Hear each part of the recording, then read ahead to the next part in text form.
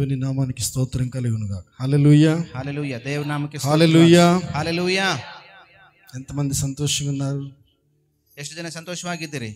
నిజంగా సంతోషంగా ఉన్నారా? ನಿಜವಾಗ್ಲೂ ಸಂತೋಷವಾಗಿದ್ದೀರಾ? నిజంగా ఉన్నారా? నిజವಾಗ್ಲೂ ఇದ್ದೀರಾ? నిజంగా ఉంటే ఏదో ఒక 10 రోజుల నుంచి ఉపవాసం ఉన్న వాళ్ళగా మాట రావట్లేదు కదా నోట్లోంచి. నిజವಾಗ್ಲೂ ಸಂತೋಷವಾಗಿದ್ದೀರಾ? 10 ದಿನದಿಂದ ಉಪವಾಸವಾಗಿದ್ದವ್ರ ತರ ಇದ್ದೀರಾ? లాస్ట్ టైం చెప్పాను నేను, సంతోషంగా ఉన్నవారు ఏం చేయాలి? ಆಮೆನ್. ಸಂತೋಷವಾಗಿರೋರು ಏನಂತ ಹೇಳ್ಬೇಕಂತೆ? ಆಮೆನ್. హల్లెలూయా చెప్తే రేకులు లెగిసేయాలన్నమాట. ಹಲ್ಲೆಲೂಯಾ ಹೇಳಿದ್ರೆ ಈ ಸೀಟ್ಗಳೆಲ್ಲ ಕಿತ್ಕೊಂಡು ಹೋಗ್ಬೇಕು. ఒకసారి అందరం కలిసి పంజాబీ హల్లెలూయా చెప్దామా? ಒಂದ್ಸರಿ ಎಲ್ಲರೂ ಸೇರಿ ನಾವು ಪಂಜಾಬಿ ಹಲ್ಲೆಲೂಯಾ ಹೇಳೋಣವಾ? హల్లెలూయా హల్లెలూయా హల్లెలూయా హల్లెలూయా. చాలా మంచిది. ఈ ప్రత్యేకమైన సమయానికి దేవుడు నన్ను ఈ స్థలానికి తోడుకొచ్చినందుకు మొదటిగా ప్రభువుకు వందనాలు తెలియజేస్తున్నాను. ಈ ಪ್ರತ್ಯೇಕವಾದ ಸಮಯಕ್ಕೆ ದೇವರು ನನ್ನನ್ನು ಕರೆತಂದಿದ್ದಕ್ಕಾಗಿ ದೇವರಿಗೆ ನಾನು ಮೊದಲನೇದಾಗಿ ವಂದನೆ ಸಲ್ಲಿಸ್ತೇನೆ. ఈ స్థలానికి ఆహ్వానించినటువంటి సేవకులకు వారి కుటుంబానికి ప్రత్యేకమైన వందనాలు. ಈ ಸ್ಥಳಕ್ಕೆ ನನ್ನನ್ನು ಆಹ್ವಾನ ಮಾಡಿದಂತ ಸೇವಕರಿಗೂ ಅವರ ಕುಟುಂಬಕ್ಕೂ ಪ್ರತ್ಯೇಕವಾಗಿ ನನ್ನ ವಂದನೆಗಳು. చేరి వచ్చిన మీ అందరికీ కూడా ప్రభువైన యేసుక్రీస్తు నామములో నేను శుభాలను తెలియజేస్తున్నాను. ಸೇರಿ ಬಂದಿರುವ ನಿಮ್ಮೆಲ್ಲರಿಗೂ ಕೂಡ ಕರ್ತನಾದ ಯೇಸು ಕ್ರಿಸ್ತರ ನಾಮದಲ್ಲಿ ನನ್ನ ಶುಭಾಶಯಗಳನ್ನು ತಿಳಿಸ್ತೇನೆ. మంచిది. ಒಳ್ಳೆಯದು.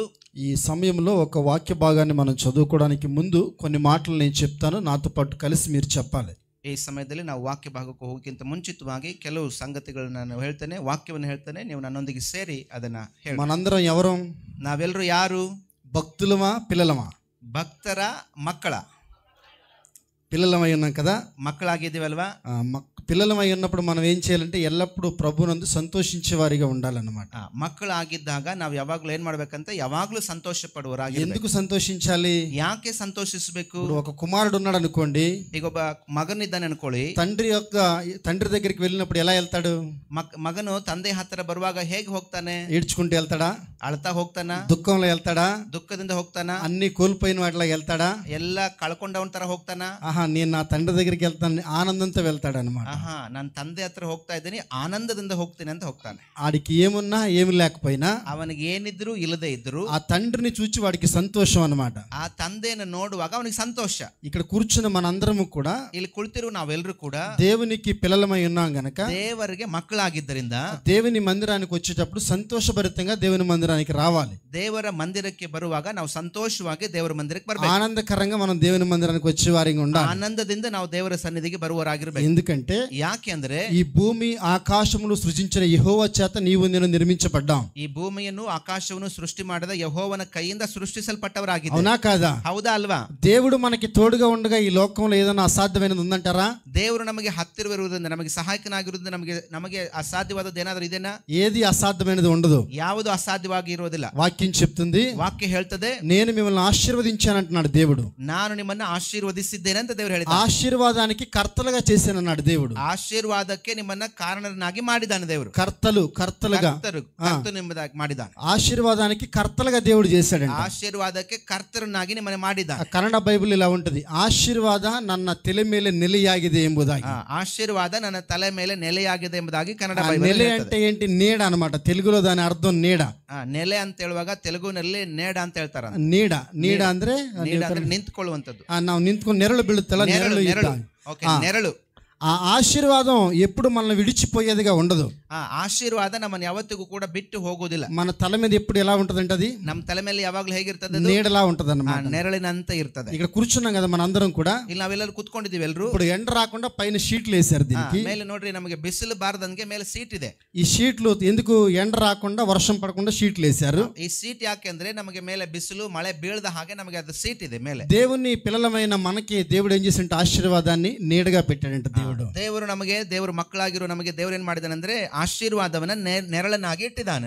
పైన ఎలా ఉంటది? ఇప్పుడు అది మనల్ని విడిచిపోయేదిగా ఉండదు అన్నమాట. ಮೇಲೆ ಹೆಂಗಿರ್ತದೆ? ಯಾವಾಗ್ಲೂ ನಮ್ಮನ್ನ ಅದು ಬಿಟ್ಟು ಕೊಡೋಂಗಿಲ್ಲ. ನಮ್ಮ ఎండలో ఒక మనిషి నడుచుకుని వెళ్తాడు అనుకోండి, ಈ ಬಿಸಿಲಲ್ಲಿ ಒಬ್ಬ ವ್ಯಕ್ತಿ ನಡ್ಕೊಂಡು ಹೋಗ್ತಾನೆ ఆ ಅನ್ಕೊಂಡು, నడుస్తున్నప్పుడల్లా నీడ పక్కన వెళ్తుంది అనమాట. ನಡ್ಕೊಂಡು ಹೋಗುವಾಗೆಲ್ಲ ನೆರಳು ಅವನ ಜೊತೆಲಿ ಹೋಗ್ತಾನೆ ಇರುತ್ತೆ. అది పోద్దంటారు ఇప్పుడు నీడ? ಅದು ಯಾವಾಗಾದ್ರೂ ಅವ್ನು ಬಿಟ್ಟು ಹೋಗ್ತದ? అది పోదు, ఎప్పటికీ నీడ అలాగే ఉంటది అనమాట. ಆತನ ಬಿಟ್ಟು ಹೋಗೋದಿಲ್ಲ. ನೆರಳು ಯಾವಾಗ್ಲೂ ಆತನ ಜೊತೆಲೆ వాడు ಇರುತ್ತೆ. ఎక్కడికి వెళ్ళినా ఆ నీడ కూడా వెళ్తాది అనమాట. ಆತನ ಕಡೆ ಹೋದ್ರು ಕೂಡ ಆತನ ಹಂಗೆ ಹೋಗ್ತಾನೆ ಇರುತ್ತೆ. ఆశీర్వాదం కూడా ఎప్పుడు మన తల మీద ఉంటది అన్నమాట. ಆಶೀರ್ವಾದವು ಕೂಡ ನಮ್ಮ ತಲೆ ಮೇಲೆ ಯಾವಾಗ್ಲೂ ಹಾಗೆ ಇರುತ್ತೆ. ఇక్కడ కూర్చున్న మనందరం కూడా ಇಲ್ಲಿ ಕುಳಿತಿರುವ ನಾವೆಲ್ಲರೂ ಕೂಡ దుఃఖంలోను, దుఃಖದಲ್ಲಿ ಆಗ್ಲಿ, వేదనలోను, ವೇದನೆಯಿಂದಾಗ್ಲಿ, భయంతోను, ಭಯದಿಂದಾಗ್ಲಿ, నెమ్మది లేని వారిగా, ನೆಮ್ಮದಿ ಇಲ್ಲದವರಾಗಿ అస్సలు ఉండకూడదు ఎప్పటికీ. ಯಾವಾಗ್ಲೂ ಇರಬಾರ್ದು ನಾವು. ఈ రోజు ఏమి లేకపోవచ్చేమో, ಈ ದಿನ ನಮಗೆ ಅದು ಇಲ್ಲದೆ ಇರಬಹುದು, కానీ మనం నిరీక్షించిన దేవుడికి సమస్తము సాధ్యము గనక ಅದು ನಾವು ನಿರೀಕ್ಷಿಸುವ ದೇವರಿಗೆ ಸಮಸ್ತವು ಸಾಧ್ಯವಾಗಿರುವುದರಿಂದ దేవుడు సమస్తాన్ని మనకి ఇచ్చాడని నమ్మాలి. ದೇವರು ನಮಗೆ ಸಮಸ್ತವನ್ನ ಕೊಟ್ಟಿದ್ದಾನೆ ಅಂತ ನಂಬಬೇಕು. ఈ రోజు ఇక్కడ పుల్పిట్ మీద, ఈ పుల్పిట్ లేదు స్టేజ్ మీద, ಈ ದಿನ ಇಲ್ಲಿ ಪುಲ್ಪಿಟ್ ಇಲ್ಲ ಇಲ್ಲಿ, కానీ ఇక్కడ ఉందని నమ్మాలి మనం. ಆದ್ರೆ ಇಲ್ಲಿ ಇದೆ ಅಂತ ನಂಬಬೇಕು ನಾವು. ఆ నమ్మికే మనల్ని నడిపించేదిగా ఉంటది అన్నమాట. ఆ ನಂಬಿಕೆ ನಮ್ಮನ್ನು ನಡೆಸ್ತದೆ. ఈ లోకంలో నమ్మిక లేదు చాలా మందికి. ఈ లోಕದಲ್ಲಿ ಅನೇಕರಿಗೆ ನಂಬಿಕೆ ಇಲ್ಲ. యేసు ప్రభువుని చాలా మంది నమ్ముకున్నారు, ಯೇಸು ಸ್ವಾಮಿನ ಅನೇಕರು ನಂಬಿದ್ದಾರೆ, కానీ వాళ్ళకి విశ్వాసం లేదు. ಆದ್ರೆ ಅವರಿಗೆ ವಿಶ್ವಾಸ ನಂಬಿಕೆ ಇಲ್ಲ. ఆయన అనేక ఉపమానాలను ఈ లోకంలో శిష్యులకి, ప్రజలకి బోధిస్తూ, ಆತನು ಅನೇಕರಿಗೆ ಈ ಲೋಕದಲ್ಲಿದ್ದಾಗ ಉಪಮಾನಗಳನ್ನ ಅಂದ್ರೆ ಸಾಮ್ಯಗಳನ್ನ ಹೇಳ್ತಾ ಬೋಧನೆ ಮಾಡ್ತಾ ಇದ್ರು. వాళ్ళకి మంచి వాక్యాలని చెప్తూ, ಅವ್ರಿಗೆ ಒಳ್ಳೆ ವಾಕ್ಯಗಳನ್ನ ಹೇಳ್ತಾ ఒక మాట అంటాడు యేసు ప్రభువారు, ಒಂದು ಮಾತನ್ನ ಹೇಳಿದ್ರೆ ಯೇಸು నేను ಸ್ವಾಮಿ, తిరిగి మరలా వచ్చేసరికి ನಾನು ತಿರುಗಿ ಮತ್ತೆ ಬರುವಾಗ మీలో ఒకటిలో అయినా విశ్వాసాన్ని కనుగొంటానా అన్నాడు అన్నమాట. ನಿಮ್ಮಲ್ಲಿ ಯಾರಿಗಾದ್ರೂ ವಿಶ್ವಾಸದಿಂದ ನೀವು ಇರ್ತೀರಾ ಅಂತ ನೋಡ್ತೇನೆ ಅಂತೆ. ఎవరికైనా ఉందంటారా విశ్వాసం? ಯಾರಿಗಾದ್ರೂ ಇದೇನಾ ವಿಶ್ವಾಸ? ఇప్పుడు మనం ఇక్కడ ఎలా వచ్చాం మందిరానికి? ನಾವಿಲ್ಲಿ ಹೇಗ್ ಬಂದಿದ್ದೇವೆ ಮಂದಿರಕ್ಕೆ? లేట్ గా వచ్చాం అన్నమాట. ಲೇಟ್ ಆಗಿ ಬಂದಿದ್ದೇವೆ. ఆరాధన స్టార్ట్ అయిపోయింది, ಆರಾಧನೆ ಸ್ಟಾರ್ಟ್ ಆಗಿ ఒక ಹೋಗಿದೆ, పాట అయిపోయింది, ಒಂದು ಹಾಡು ಹಾಡೇ రెండు ಹೋಗಿದೆ, పాటలు అయిపోయినాయి, ಎರಡು ಹಾಡು ಹಾಡಾಯ್ತು, మూడు పాటలు అయిపోయినాయి, ಮೂರು ಹಾಡು ಹಾಡಾಯ್ತು. ఆరాధన అయిపోయిన తర్వాత కూడా వచ్చిన వారు ఉన్నారు. ಆರಾಧನೆ ಮುಗಿದಾದ್ಮೇಲೆ ನಾವು ಅನೇಕರು ಬಂದಿದ್ದೇವೆ. నీ కోసం నా కోసం ఈ లోకంలో ప్రాణం పెట్టింది ఎవ్వరు కాదు, యేసుక్రీస్తు ప్రభువారు ఒక్కరే. ನಿನಗೋಸ್ಕರ ನನಗೋಸ್ಕರ ಈ ಲೋಕದಲ್ಲಿ ಪ್ರಾಣ ಕೊಟ್ಟಿರುವವರು ಯಾರು ಇಲ್ಲ, ಯೇಸು ಸ್ವಾಮಿ ಒಬ್ಬರೇ. నిన్ను నన్ను ఈ లోకంలో పరిశుద్ధవంతులుగా చేసింది దేవుడు. ನಿನ್ನನ್ನು ನನ್ನನ್ನು ದೇವರು ಈ ಲೋಕದಲ್ಲಿ ಪರಿಶುದ್ಧನಾಗಿ ಮಾಡಿರೋನು ದೇವರು ಒಬ್ಬನೇ. నీతివంతులుగా చేసింది దేవుడు. ನೀತಿವಂತರನಾಗಿ ಮಾಡಿದ್ದು ದೇವರು. నీకు ఆరోగ్యం ఇచ్చింది దేవుడు. ನಿನಗೆ ಆರೋಗ್ಯ ಕೊಟ್ಟಿದ್ದು ದೇವರು. ఈ రోజు నువ్వు బ్రతుకున్నావంటే దేవుని కృప. ಈ ದಿನ ನೀನು ಬದುಕಿದ್ದಿ ಅಂದ್ರೆ ದೇವರ ಕೃಪೆ. ఈ విషయాన్ని మనం ఎప్పటికీ మర్చిపోకూడదు అన్నమాట. ಈ ವಿಷಯ ನಾವು ಯಾವತ್ತಿಗೂ ಮರಿಬಾರದು. ఇందాక కీర్తనకారుడు 92వ కీర్తనలో ఆయన చెప్పారు కదా, ಇವಾಗ ನಾವು ಕೀರ್ತನೆಗಳನ್ನು ಧ್ಯಾನ ಮಾಡುವಾಗ చాలా విశేషమైన సంగతులు ఉంటాయి అందులో. ಅದರಲ್ಲಿ ಅನೇಕ ವಿಶೇಷವಾದ ಸಂಗತಿಗಳಿದೆ. అవన్నీ వివరించడానికి టైం లేదు, కానీ ಅದನ್ನ ಎಲ್ಲ ವಿವರಣೆ ಮಾಡಕ್ಕೆ ಟೈಮ್ ಇಲ್ಲ. నీతిమంతుడు ఎలా ఉంటాడంట? ನೀತಿವಂತನು ಹೇಗಿರ್ತಾನಂತೆ? ఖర్జూర వృక్షం లా ఉంటాడంట.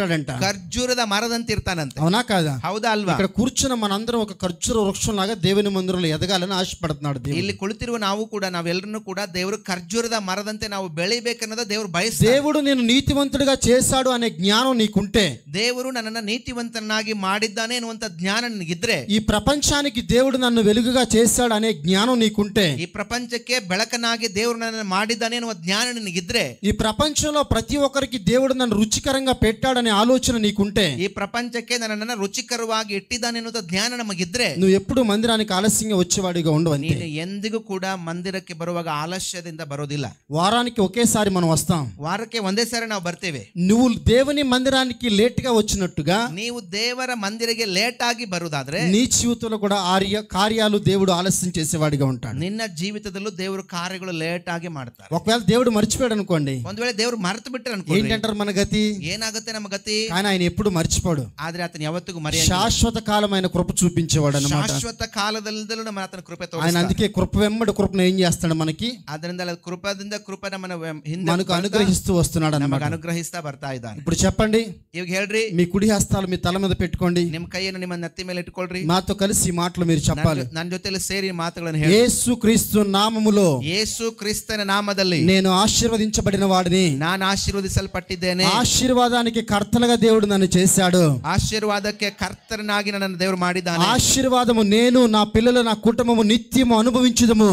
ಆಶೀರ್ವಾದವನ್ನು ನಾನು ನನ್ನ ಕುಟುಂಬದವರು ನಿತ್ಯವೂ ಅನುಭವಿಸುತ್ತೇವೆ. ఆశీర్వాదము వెంబడి ఆశీర్వాదము, ಆಶೀರ್ವಾದದಿಂದ ಆಶೀರ್ವಾದ, కృప వెంబడి కృప, ಕೃಪದಿಂದ ಕೃಪೆ, నిత్యము ನಿತ್ಯವೂ నేను కృపలో నెరిగేవాడిగా ఉందును గాక. ನಾನು ಕೃಪೆಯಲ್ಲಿ ಬೆಳುವವನಾಗಿದ್ದೇನೆ. నేను కృపలో సాగుదును గాక. ನಾನು ಕೃಪೆಯಲ್ಲೇ ಸಾಗುವವನಾಗಿದ್ದೇನೆ. నిత్యము నా దేహములో ఆరోగ్యము నిలిచియుండును గాక. ನಿತ್ಯವೂ ಆರೋಗ್ಯವೂ ದೇವರು ನನ್ನನ್ನು ನಿಲ್ಲಿಸಿದ್ದಾನೆ. యేసు నామములో నాకు ఆరోగ్యము కలుగును గాక. ಯೇಸು ನಾಮದಲ್ಲಿ ನಾನು ಆರೋಗ್ಯವನ್ನು ಹೊಂದಿದ್ದೇನೆ. యేసు నామములో నా కుటుంబంలో వేధిస్తున్న ఆర్థిక ఇబ్బందులు తొలగిపోవును గాక. ಯೇಸು ನಾಮದಲ್ಲಿ ನನ್ನ ಕುಟುಂಬವನ್ನ ಹಿಂಬಾಲಿಸುತ್ತಿರುವ ಆರ್ಥಿಕ యేసు ಪರಿಸ್ಥಿತಿಗಳು నామములో ಹೋಗಲಿ. నా కుటుంబము నిత్యము ఆశీర్వాదకరంగా ఉండును గాక. ಯೇಸು ನಾಮದಲ್ಲಿ ನಿತ್ಯವೂ ನನ್ನ ಕುಟುಂಬ ఏ విధమైన ಆಶೀರ್ವಾದ కొరత ఉండకుండా పోవును గాక. ಏನು ನಮಗೆ ಹಿಡಿಕೋ ఏ విధమైన కొరత నా కుటుంబంలో ಯಾವ ವಿಧದಲ್ಲೂ ನಮಗೆ ಕೊರತೆಗಳು ಇಲ್ಲದ ಹಾಗೆ ಆಗಲಿ.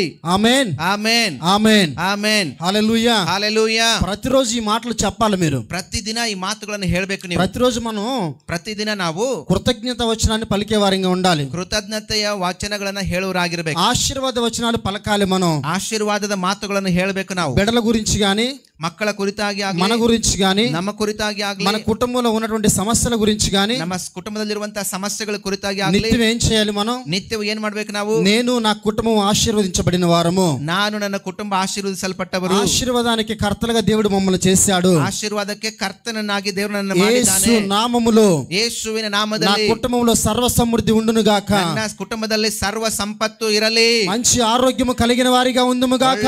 ಆರೋಗ್ಯ ಹೊಂದಿದವರಾಗಿರಲಿ. అనేకులకు ఆశీర్వాదకరంగా మేము ఉందుము గాక. ಅನೇಕರಿಗೆ ಆಶೀರ್ವಾದಕರವಾಗಿ ನಾನು ಇರ್ತೇನೆ. అనేకులకు దీవెనకరంగా మేము ఉందుము గాక. ಅನೇಕರಿಗೆ ನಾವು ಆಶೀರ್ವಾದಕರವಾಗಿ ಇರ್ತೇನೆ. దీవెనకరంగా ఉందుము గాక. ದಿವ್ಯ ಆಶೀರ್ವಾದದೊಂದಿಗೆ ఉందుము గాక ಇರಲಿ. ఈ మాటలు మనం పలికే వారిగా ఉండాలి ఎల్లప్పుడూ. ಮಾತುಗಳನ್ನು ನಾವು ಯಾವಾಗ್ಲೂ ಹೇಳುವರಾಗಿರ್ಬೇಕು. జేబులో డబ్బు ఉంది అనుకోండి, ಜೋಬಲ್ಲಿ ಹಣ ಇದೆ ಅನ್ಕೊಳ್ರಿ, ఎక్కడికి వెళ్తాం?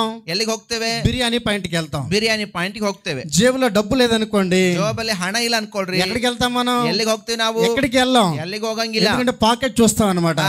ಮತ್ತೆ ನೋಡ್ತಾ ಇರ್ತೀವಿ ಪಾಕೆಟ್ ನ. పాకెట్ చూస్తాం, ಮತ್ತೆ ಪಾಕೆಟ್ ನೋಡ್ತೀವಿ. కాబట్టి ಆದ್ದರಿಂದ ఈ పాకెట్ లో లేకపోయినా, ಈ ಪಾಕೆಟ್ ನಲ್ಲಿ ಇಲ್ಲದೆ ಹೋಗ್ಲಿ, యేసు నామములో ಇಲ್ಲದಿದ್ದರೂ ಪರವಾಗಿಲ್ಲ, నా ಯೇಸು పాకెట్ ನಾಮದಲ್ಲಿ నింపబడును గాక అనగా ನನ್ನ ಪಾಕೆಟ್ ತುಂಬಲೇ ಅಂತ ಹೇಳುವಾಗ దేవుడు సమృద్ధిని అనుగ్రహించేవాడిగా ఉన్నాడు. ಆಮೇನ್ ಹೇಳ್ರಿ, ದೇವರು ಸಮೃದ್ಧಿಯಾಗಿ ತುಂಬುವವನಾಗಿದ್ದಾನೆ. ఆమేన్ అని చెప్పాలి. ಆಮೇನ್ ಅಂತ ಹೇಳ್ಬೇಕು. ఆశీర్వాదానికి కర్తలుగా దేవుడు చేశాడు. ಆಶೀರ್ವಾದಕ್ಕೆ ಕರ್ತನಾಗಿ ದೇವರು ಮಾಡಿದ್ದಾನೆ. ఈ లోకంలో మనం ಈ ಲೋಕದಲ್ಲಿ ನಾವು ఆ పేదవారిగా ఉండడానికి వీల్లేదు. ಬಡತನದಲ್ಲಿರುವವರಾಗಿ ಇರ್ಲಿಕ್ಕೆ ದೇವರು ಇಷ್ಟಪಡಲ್ಲ. కొరతలు కలిగిన వారిగా ఉండడానికి దేవుడు నిన్ను ఎన్నుకోలే. ಕೊರತೆಯಲ್ಲಿರುವವರನ್ನಾಗಿ ದೇವರು ನಮ್ಮನ್ನು ಆರಿಸಿಕೊಂಡಿಲ್ಲ. ఆయన ಆತನು ఈ లోకానికి, ಈ ಲೋಕಕ್ಕೆ నిన్ను నన్ను వెలుగుగా చేశాడు. ನಿನ್ನನ್ನು ನನ್ನನ್ನು ದೇವರು ಬೆಳಕನಾಗಿಟ್ಟಿದ್ದಾನೆ. చీకటిగా చేయలా, ಕತ್ತಲೆಯಾಗಿ ಅಲ್ಲ, కత్తలియాగి మాడిల్ల, ಕತ್ತಲೆಯಾಗಿ ಮಾಡಿಲ್ಲ, వెలుగుకరంగా దేవుడు చేశాడు. ಬೆಳಕನ್ನಾಗಿ ದೇವರು ಮಾಡಿದ್ದಾನೆ. వెలుగు ఉన్న చోట ಬೆಳಕಿರುವಲ್ಲಿ కొరత ఉంటదంటారా? ಕೊರತೆ ಇರ್ತದಾ? లేముంటదా? లేమి లేమి ಏನ್ ಇಲ್ಲದ ಹಾಗಿರ್ತೇವಾ? లేమి అనేటువంటిది ఉండదు. ಯಾವುದು ಇಲ್ಲದೆ ಹಾಗಿರುವುದಲ್ಲ. కాబట్టి ఎల్లప్పుడు మనం ఏం పలకాలి? ನಾವ್ ಯಾವಾಗಲೂ ಏನೇನ್ ಹೇಳ್ಬೇಕು? ఆశీర్వచనాన్ని పలికే వారిగా ఉండాలి. ಆಶೀರ್ವಾದದ ಮಾತುಗಳನ್ನು ಹೇಳಬೇಕು. మీరు చెప్పాలి. ನೀವು ಹೇಳ್ಬೇಕು. మీ ముందున్నటువంటి సమస్యను చూసి, ನಿನ್ನ ಮುಂದಿರುವ ಸಮಸ್ಯೆಗಳನ್ನು ನೋಡಿ, ఆనాడు ಆ ದಿನ దేవుని ప్రజలు, ಆ ದಿನ ದೇವರ ಮಕ್ಕಳು ఎరికో కోట గోడ చుట్టూ తిరిగి ಆ ಎರಿಕೋ ಗೋಡೆಯನ್ನ ಸುತ್ತಿ ಹೊಡೆದು దేవుని స్తుతించినప్పుడు ದೇವರನ್ನ ಸ್ತುತಿಸಿದಾಗ ఆ కోట గోడలు కూలిపోయాయంట. ಆ ಕೋಟೆಗಳು ಕೂಡ ಅಸ್ಥಿವಾರ ಏನಾಯ್ತು? ಕದಲು కూలిపోయాయి కదా. ಅದು ಬಿದ್ದು ಹೋಯ್ತಲ್ವಾ? అదే విశ్వాసాన్ని ఈ రోజు మన అందరం కలిగిన వారిగా ఉండాలి. ಅದೇ ವಿಶ್ವಾಸದಿಂದ ನಾವೆಲ್ಲರೂ ಹೊಂದಿದವರಾಗಿರಬೇಕು. ఒకవేళ నిన్ను అప్పుల సమస్య వేధిస్తుందేమో, ಒಂದು ವೇಳೆ ನಿನಗೆ ಸಾಲದ ಸಮಸ್ಯೆ ನಿನ್ನನ್ನು ಬೇಧಿಸ್ತಾ ಇದೆ, ప్రతిరోజు కుటుంబంగా ప్రార్థన చేయడం నేర్చుకోవాలి. ಪ್ರತಿದಿನ ನೀವು ಕುಟುಂಬದಲ್ಲಿ ಪ್ರಾರ್ಥನೆ ಮಾಡೋದನ್ನ ಕಲಿಬೇಕು. యేసు నామములో, ಯೇಸುವಿನ ನಾಮದಲ್ಲಿ నా కుటుంబంలో నా అప్పు తొలగిపోవును గాక. ಕುಟುಂಬದ ಎಲ್ಲಾ ಸಾಲದ ವ್ಯವಸ್ಥೆ ಹೋಗಲಿ. యేసు నామములో, ಯೇಸು ನಾಮದಲ್ಲಿ నా కుటుంబం సర్వ సమృద్ధి కలిగి ఉండును గాక. ನನ್ನ ಕುಟುಂಬ ಸರ್ವ ಸಮೃದ್ಧಿಯಿಂದ ತುಂಬಲಿ. ప్రతిరోజు ఈ మాట పలకండి. ಪ್ರತಿದಿನ ನೀವು ಈ ಮಾತುಗಳನ್ನು ಹೇಳ್ರಿ. ప్రతిసారి ఈ మాట పలకండి. ಪ್ರತಿ ಸಾರಿ ಇದನ್ನು ಹೇಳ್ರಿ. వాక్యం చెప్తుంది, ವಾಕ್ಯ ಹೇಳ್ತದೆ, ఈ భూమి మీద, ಈ ಭೂಮಿಯ ಮೇಲೆ ఇద్దరు ముగ్గురు, ಇಬ್ಬರು ಮೂವರು ఎక్కడ నా నామమును ఏకీభవిస్తారో, ಎಲ್ಲಿ ನನ್ನ ನಾಮದಲ್ಲಿ ಸೇರಿ ಬರ್ತಾರೋ వారి మధ్యన నేను ఉంటాను. ಅವರ ಮಧ್ಯದಲ್ಲಿ ನಾನು ಇದ್ದೇನೆ. వారి ప్రార్థనలు నేను ఆలకిస్తాను. ಅವರ ಪ್ರಾರ್ಥನೆ ನಾನು ಕೇಳಿಸ್ಕೊಳ್ತೇನೆ. వాళ్ళ ప్రార్థనకు నేను జవాబు ఇచ్చేవాడిగా ఉంటానన్నాడు. ಅವರ ಪ್ರಾರ್ಥನೆಗೆ ನಾನು ಉತ್ತರ ಕೊಡುವನಾಗಿರ್ತೇನೆ ಅಂತ ಹೇಳಿದ. ఉత్తరం ఇచ్చడం అంటే ఏంటి? ఉత్తర కొడువుదంದ್ರೆ ಏನು? ಉತ್ತರ ಕೊಡುವುದಂದ್ರೆ ಏನು? సీల్ వేయడం అన్నమాట. సీల్ ಹಾಕುದಂತ. గవర్నమెంట్ ఆఫీస్కి వెళ్ళినప్పుడు, గవర్నమెంట్ ఆఫీస్కి ಹೋಗಿದಾಗ మనం ఏదైనా పేపర్ తీసుకెళ్ళాం అనుకోండి, ఏనాದ್ರೂ ಒಂದು పేపర్ ತಗೊಂಡು ಹೋಗಿ వాళ్ళు సీల్ వేసి సిగ్నేచర్ చేస్తారు. ಅವರು సీల్ ಹಾಕಿ సిగ్నేచర్ ಮಾಡ್ತಾರೆ. నువ్వు చేసే ప్రార్థనకు, ನೀವು ಮಾಡುವ ಪ್ರಾರ್ಥನೆಗೆ ఆమేన్ అని దేవుడు ముద్రీకరించేవాడిగా ఉన్నాడు. ఆమేన్ ಅಂತ ಹೇಳಿ ದೇವರು ಮುದ್ರೀಕರಿಸ್ತಾನೆ. అంటే తప్పకుండా నీ జీవితంలో కార్యాలు చూసేవాడిగా నువ్వు ఉంటావు అన్నమాట. ಅಂದ್ರೆ ತಪ್ಪದೇ ನೀವು ಆ ಕಾರ್ಯವನ್ನ ನೋಡುವರಾಗ್ತೀರಿ ಅಂತ ಹೇಳಿ. కాబట్టి కుటుంబంగా ప్రార్థన చేయడం మనం నేర్చుకోవాలి. ಆದ್ದರಿಂದ ಆದ್ದರಿಂದ ನಾವು ಕುಟುಂಬವಾಗಿ ಪ್ರಾರ್ಥನೆ ಮಾಡೋದು చాలా దినాలుగా మందిరానికి వస్తున్నాం. ನಾವು ಬಹಳ ದಿನಗಳಿಂದ ಸಭೆಗೆ ಬರ್ತೇವೆ, అనేక ప్రసంగాలు వింటూ ఉన్నాం, ಅನೇಕ ಪ್ರಸಂಗಗಳನ್ನು ಕೇಳ್ತಾ ಇದ್ದೇವೆ. మార్పు అనేటువంటిది మన జీవితంలో కనబడడంలా, ಮಾರ್ಪಾಡು ಎನ್ನುವಂಥದ್ದು ನಮ್ಮ ಜೀವಿತದಲ್ಲಿ ಕಾಣ್ತಾ ಇಲ್ಲ. మెళ్ళలో బోర్డు వేసుకున్నాం. ನಾವು ಒಳ್ಳೆ మెళ్ళలో బోర్డు అంటే కొళ్ళಲ್ಲಿ బోర్డు ಹಾಕೊಂಡಿವಿ, ಕೊರಳಲ್ಲಿ ಬೋರ್ಡ್ ಹಾಕೊಂಡಿದ್ದೀವಿ. స్కూల్కి వెళ్ళినప్పుడు పిల్లలకి వాళ్ళ ఐడి కార్డ్కి ట్యాగ్ ఇస్తారు కదా, ಸ್ಕೂಲ್ಗೆ ಹೋಗುವಾಗ ಮಕ್ಕಳಿಗೆ ಐಡೆಂಟಿ ಕಾರ್ಡ್ ಕೊಡ್ತಾರಲ್ವಾ, ఐడెంటి కార్డ్ వేసుకుని స్కూల్ కి వెళ్ళాలి. ಅವ್ರ ಐಡೆಂಟಿ ಕಾರ್ಡ್ ಹಾಕೊಂಡು ಸ್ಕೂಲ್ಗೆ ಹೋಗ್ಬೇಕು. ఈ రోజు ಈ ದಿನ చాలా మంది క్రైస్తవులు ಅನೇಕ ಮಂದಿ ಕ್ರೈಸ್ತರು మెళ్ళలో బోర్డు వేసుకున్నారు అన్నమాట. ಮೇಲೆ ಬೋರ್ಡ್ ಹಾಕೊಂಡು ಬಂತ ఏమని వేసుకున్నారు? ಏನಂತ ಹಾಕೊಂಡಿದ್ದಾರೆ? యేసు ప్రభు కుమారుణ్ణి, ನಾನು ಯೇಸು ಸ್ವಾಮಿಯ ಮಗ, నేను యేసు ప్రభు కుమార్తెను, ನಾನು ಯೇಸು ಸ್ವಾಮಿಯ ಮಗಳು, నేను యేసు ప్రభు నమ్ముకున్నాను. ನಾನು ಯೇಸು ಸ್ವಾಮಿಯ ನಂಬ್ಕೊಂಡಿದ್ದೇನೆ. మెళ్ళలో బోర్డు ఒకటే ఉంది, ಮಕ್ಕಳ ಬೋರ್ಡ್ ಮಾತ್ರ ಇದೆ, లోపల యేసు ప్రభు లేడు. ಒಳಗೆ ಯೇಸು ಸ್ವಾಮಿ ಇಲ್ಲ, లోపల ఉండాలి యేసు ప్రభు వారు. ಒಳಗಿರ್ಬೇಕು ಯೇಸು ಸ್ವಾಮಿ. పాస్టర్ గారు ఆరాధన చేసేటప్పుడు ಈಗ ಪಾಸ್టర్ ಆರಾಧನೆ ಮಾಡುವಾಗ ఒక మాట చెప్పారు. ಒಂದು ಮಾತು ಹೇಳಿದ್ರು. ఏం చెప్పాడు ఆయన? ಏನ್ ಹೇಳಿದ್ರು ಅವರು? ఎక్కడ ఉంటానంటే యేసు ప్రభు వారు ಎಲ್ಲಿರ್ತಾರಂತೆ ಯೇಸು ಸ್ವಾಮಿ? నీ హృదయమే నా దావేలయమన్నాడు ఆయన. ಹೃದಯವೇ ಆತನಿಗೆ ಆಲಯ ಅಂತ ಹೇಳಿದರು. హృదయమందు విశ్వసించే వారిగా ఉండాలి, ಹೃದಯದಲ್ಲಿ ವಿಶ್ವಾಸದಿಂದ ಇರಬೇಕು, హృదయపూర్వకంగా ప్రభువును ఆరాధించే వారిగా ఉండాలి, ಹೃದಯಪೂರ್ವಕವಾಗಿ ದೇವರನ್ನು ಆರಾಧಿಸುವರಾಗಿರಬೇಕು, హృదయపూర్వకంగా దేవుని నామాన్ని గణపరిచే వారిగా ఉండాలి, ಹೃದಯಪೂರ್ವಕವಾಗಿ ದೇವರನ್ನ ಘನಪಡಿಸುವರಾಗಿರಬೇಕು. మనం ఏది పలికినా ನಾವು ಏನು ಹೇಳಿದ್ರು హృదయపూర్వకంగా దేవుని సన్నిధిలో పరికే వారిగా ఉండాలి, ಹೃದಯಪೂರ್ವಕವಾಗಿ ದೇವರ ಸನ್ನಿಧಾನದಲ್ಲಿ ಹೇಳುವರಾಗಿರಬೇಕು. హృదయపూర్వకంగా అంగీకరించినప్పుడు ಹೃದಯಪೂರ್ವಕವಾಗಿ ಅಂಗೀಕರಿಸಿದಾಗ దేవుడు దాన్ని మనకు అనుగ్రహించే వాడిగా ఉంటాడు, ದೇವರು ಅದನ್ನು ನಮಗೆ ಅನುಗ್ರಹಿಸುವನಾಗಿರ್ತಾನೆ. ఇప్పుడు చెప్పండి, ಈಗ ಹೇಳ್ರಿ, మనం ఆశీర్వదించబడిన వారమా ఇంకా ఆశీర్వాదం రావాలా? ನಾವು ಆಶೀರ್ವದಿಸಲ್ಪಟ್ಟವರ, ಇನ್ನು ಆಶೀರ್ವಾದ ಬರಬೇಕಾ?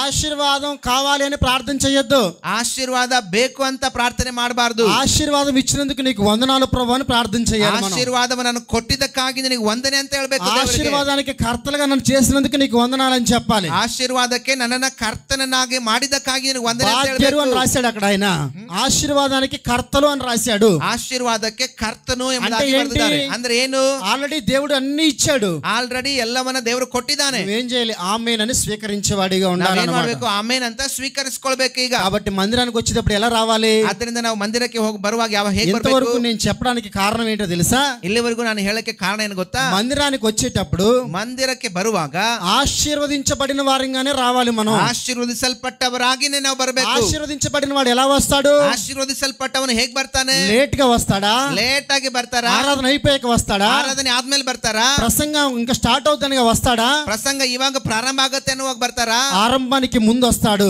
ಆರಂಭಕ್ಕೆ ಮುಂದೆ ಬರ್ತಾರೆ. అర్ధ గంట ముందు వచ్చి దేవుని మందిలో ప్రార్థించే అనుభవం ఉండాలి నీకు. ಅರ್ಧ ಗಂಟೆ ಮುಂದೆನೆ ಬಂದು ಪ್ರಾರ್ಥಿಸುವ ಅನುಭವ ನಿನಗಿರಬೇಕು. నీ హృదయాన్ని సిద్ధపరచుకోవాలి దేవుని సన్నిధిలో. ನಿನ್ನ ಹೃದಯವನ್ನ ಸಿದ್ಧಪಡಿಸ್ಕೋಬೇಕು ದೇವರ ಸನ್ನಿಧಿಯಲ್ಲಿ. ఎంతకాలం బ్రతుకుతాం ఇంకా ఇలాగ మనం? ಎಷ್ಟು ಕಾಲ ಬದುಕ್ತೇವೆ ನಾವು ಹೀಗೇನೆ? తెల్లాడితే ఉంటామో పోతామో తెలియదు, నాಳೆ ನಾಳೆ ಬೆಳಕಾದ್ರೆ ಇರ್ತೀವೋ ಇಲ್ವೋ ನಮಗೆ ಗೊತ್ತಿಲ್ಲ. ఈ రోజు మాత్రమే నీది, ಈ ದಿನ ಮಾತ್ರ ನಿಂದು. ఇంకొక గంటలో ఉంటావో లేదో కూడా తెలియదు, ಇನ್ನೊಂದು ಗಂಟೆಯಲ್ಲಿ ಇರ್ತೀಯೋ ಇಲ್ವೋ ಗೊತ್ತಿಲ್ಲ.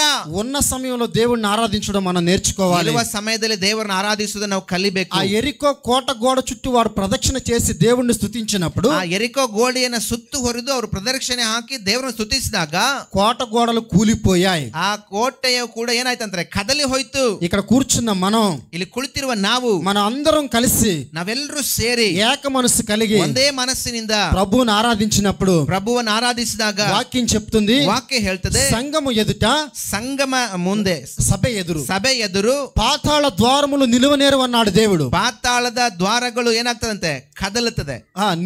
పాతాళ ద్వారములు నిలువనేరవు అన్నాడు దేవుడు. ಪಾತಾಳದ ದ್ವಾರಗಳು ನಿಲ್ಲುವುದಿಲ್ಲ ಅಂತ ಹೇಳಿದ್ದಾರೆ. అవునా కాదా? ಹೌದಾ ಅಲ್ವಾ? మన అందరం కలిసి ఏకీభవించి ప్రార్థించినప్పుడు, ನಾವೆಲ್ಲರೂ ಸೇರಿ ಏಕೀಭವಿಸಿ ಪ್ರಾರ್ಥನೆ ಮಾಡಿದಾಗ, ఏక మనసు కలిగి ఆరాధించినప్పుడు, ಒಂದೇ ಮನಸ್ಸಿನಿಂದ ನಾವು ಆರಾಧಿಸಿದಾಗ సంఘంలో దేవుని కార్యాలు చూడగలం. ಸಭೆಯಲ್ಲಿ ದೇವರ ಕಾರ್ಯಗಳನ್ನು ನೋಡ್ತೇವೆ. యేసుక్రీస్తు ప్రభువారు కూడా, ಯೇಸು ಕ್ರಿಸ್ತನು ಕೂಡ ఈ లోకంలో ಈ ಲೋಕದಲ್ಲಿ 33.5 సంవత్సరాలు జీవించాడు. 33 ವರ್ಷ ಕಾಲ ಜೀವಿಸಿದ್ರು. ఆయన జీవించిన కాలంలో, ಆತನು ಜೀವಿಸಿದ ಕಾಲದಲ್ಲಿ ప్రార్థించడానికి ఆయన గెత్సెమనే తోటకు వెళ్ళినప్పుడు, ಆತನು ಗೆತ್ಸೆಮನೆ ತೋಟಕ್ಕೆ ಹೋದಾಗ ఆయనతో పాటు శిష్యులను తీసుకెళ్లాడు అన్నమాట. ಆತನ ಜೊತೆಯಲ್ಲಿ ಶಿಷ್ಯರನ್ನು ಕೂಡ ಕರ್ಕೊಂಡು ಹೋದನು. 2-3 ముగ్గురు శిష్యులు వెంట పెట్టుకుని వెళ్ళాడు ఆయన. ಆತನು ಇಬ್ಬರು ಮೂವರನ್ನ ಜೊತೆಲೇ ಕರ್ಕೊಂಡು ಹೋದ. అవునా కాదా? ಹೌದಾ ಅಲ್ವಾ? వాళ్ళందరూ కలిసి ప్రార్థించారా లేదా? ಅವರೆಲ್ಲರೂ ಸೇರಿ ಪ್ರಾರ್ಥನೆ ಮಾಡಿದ್ರಾ ಇಲ್ವಾ? ఆదివారం మన అందరం కలిసి ప్రార్థించినప్పుడు, ಭಾನುವಾರ ನಾವೆಲ್ಲರೂ ಸೇರಿ ಪ್ರಾರ್ಥಿಸಿದಾಗ, ప్రభువును ఆరాధించినప్పుడు, ದೇವರನ್ನ ಆರಾಧಿಸಿದಾಗ, వ్యక్తిగతంగాను, ವೈಯಕ್ತಿಕವಾಗಿಯೂ, కుటుంబంగాను, సంఘపరంగాను, ಸಭೆಯಾಗಿಯೂ దేవుడు అద్భుతాలు చేయగలడు. ದೇವರು ಅದ್ಭುತವನ್ನ ಮಾಡುವವನು. దేవుడు ఆశ్చర్య కార్యాలు చేయగలడు. ದೇವರು ಆಶ್ಚರ್ಯಕರವಾದ ಕಾರ್ಯಗಳನ್ನು ಮಾಡುವನಾಗಿದ್ದಾನೆ. వాక్యం సజీవమైనటువంటిది. ವಾಕ್ಯವು ಸಜೀವವಾದದ್ದು. ఈ ప్రపంచం, ఈ భూమి ఆకాశములు గతించిన, ಈ ಭೂಮಿ ಆಕಾಶವು ಗತಿಸಿ ಹೋದರು, నా మాటలు గతించవన్నాడు దేవుడు. ನನ್ನ ಮಾತುಗಳು ಗತಿಸಿ ಹೋಗುವುದಿಲ್ಲ ಅಂತ ದೇವರು ಹೇಳಿದ್ದಾನೆ. సంఘము ఎదుట, ಸಭೆಯ ಮುಂದೆ ಎದುರು పాతాళ ద్వారములు నిలవలేరవు. ಪಾತಾಳದ ದ್ವಾರಗಳು ನಿಲ್ಲುವುದಿಲ್ಲ. అందరం కలిసి ఆరాధించినప్పుడు, ನಾವೆಲ್ಲರೂ ಸೇರಿ ಆರಾಧಿಸಿದಾಗ, నీకు నాకు ఎదురుగా ఉన్న సమస్యలు తొలగిపోతాయి. ನಿನಗೂ ನನಗೂ ಇರುವಂತ ಸಮಸ್ಯೆಗಳು ಓಡಿ ಹೋಗ್ತದೆ. చాలా సంవత్సరాలుగా మందిరానికి వస్తున్నాం. ಬಹಳ ಸಮಯಗಳಿಂದ ನಾವು ಸಭೆಗೆ ಬರ್ತಾ ಇದ್ದೀವಿ. అనేక సంవత్సరాలు అయిపోయింది మందిరానికి రావడం ప్రారంభించి. ಅನೇಕ ವರ್ಷಗಳಾಯ್ತು ನಾವು ಮಂದಿರಕ್ಕೆ ಬರ್ತಾ ಇರೋದು. ఇంకా పరిపూర్ణమైన పరిపక్వతలోకి మనం మార్చబడలేదు. ಇನ್ನೂ ಕೂಡ ನಾವು ಪರಿಪೂರ್ಣವಾದ ಪರಿಪಕ್ವತೆಗೆ ಬರ್ತಾ ಇಲ್ಲ. మార్చబడాలి, ಇನ್ನೂ ಮಾರ್ಪಡಬೇಕು, డెవలప్మెంట్ అవ్వాలి. భక్తి జీవితంలో ವೃದ್ಧಿ ಆಗ್ಬೇಕು. ಭಕ್ತಿ ಜೀವಿತದಲ್ಲಿ ఆశీర్వదించబడిన వారు ఎలా వస్తారు మందిరానికి? ಆಶೀರ್ವದಿಸಲ್ಪಟ್ಟವನು ಮಂದಿರಕ್ಕೆ ಹೇಗೆ ಬರ್ತಾನೆ? నా ప్రభు నేను ఆరాధించాలి, ನನ್ನ ದೇವರನ್ನ ಆರಾಧಿಸಬೇಕು, నా ప్రభు నేను స్తుతించాలి, ನನ್ನ ದೇವರನ್ನ ಸ್ತುತಿಸಬೇಕು, నా ప్రభు నేను గణపరచాలి. ನನ್ನ ದೇವರನ್ನ ಘನಪಡಿಸಬೇಕು. పరుగున వచ్చేవారిగా ఉంటారన్నమాట. ಬೇಗನೆ ಅವನು ಬರುವನಾಗಿರುತ್ತಾನೆ. ఆ స్థితిలో మనందరం రేపటి దినం నుంచి ఉందుము గాక. ಆ ಸಮಯ ಹಾಗೆ ಎಲ್ಲರ ಜೀವನದಲ್ಲಿ ಬರಲಿ ಯೇಸು ನಾಮದಲ್ಲಿ. ఆమేన్. ಆಮೆನ್. మತ್ತಾయి రాసిన సువార్త మత్తయి బರೆದ సువార్ತೆ 18వ అధ్యాయం 18ನೇ ಅಧ್ಯಾಯ మొదటి వచనాన్ని చదువుకుందాం. 1ನೇ ವಾಕ್ಯವನ್ನು ನೋಡೋಣ. 18ನೇ ಅಧ್ಯಾಯ 1ನೇ ವಾಕ್ಯವನ್ನು ನೋಡೋಣ.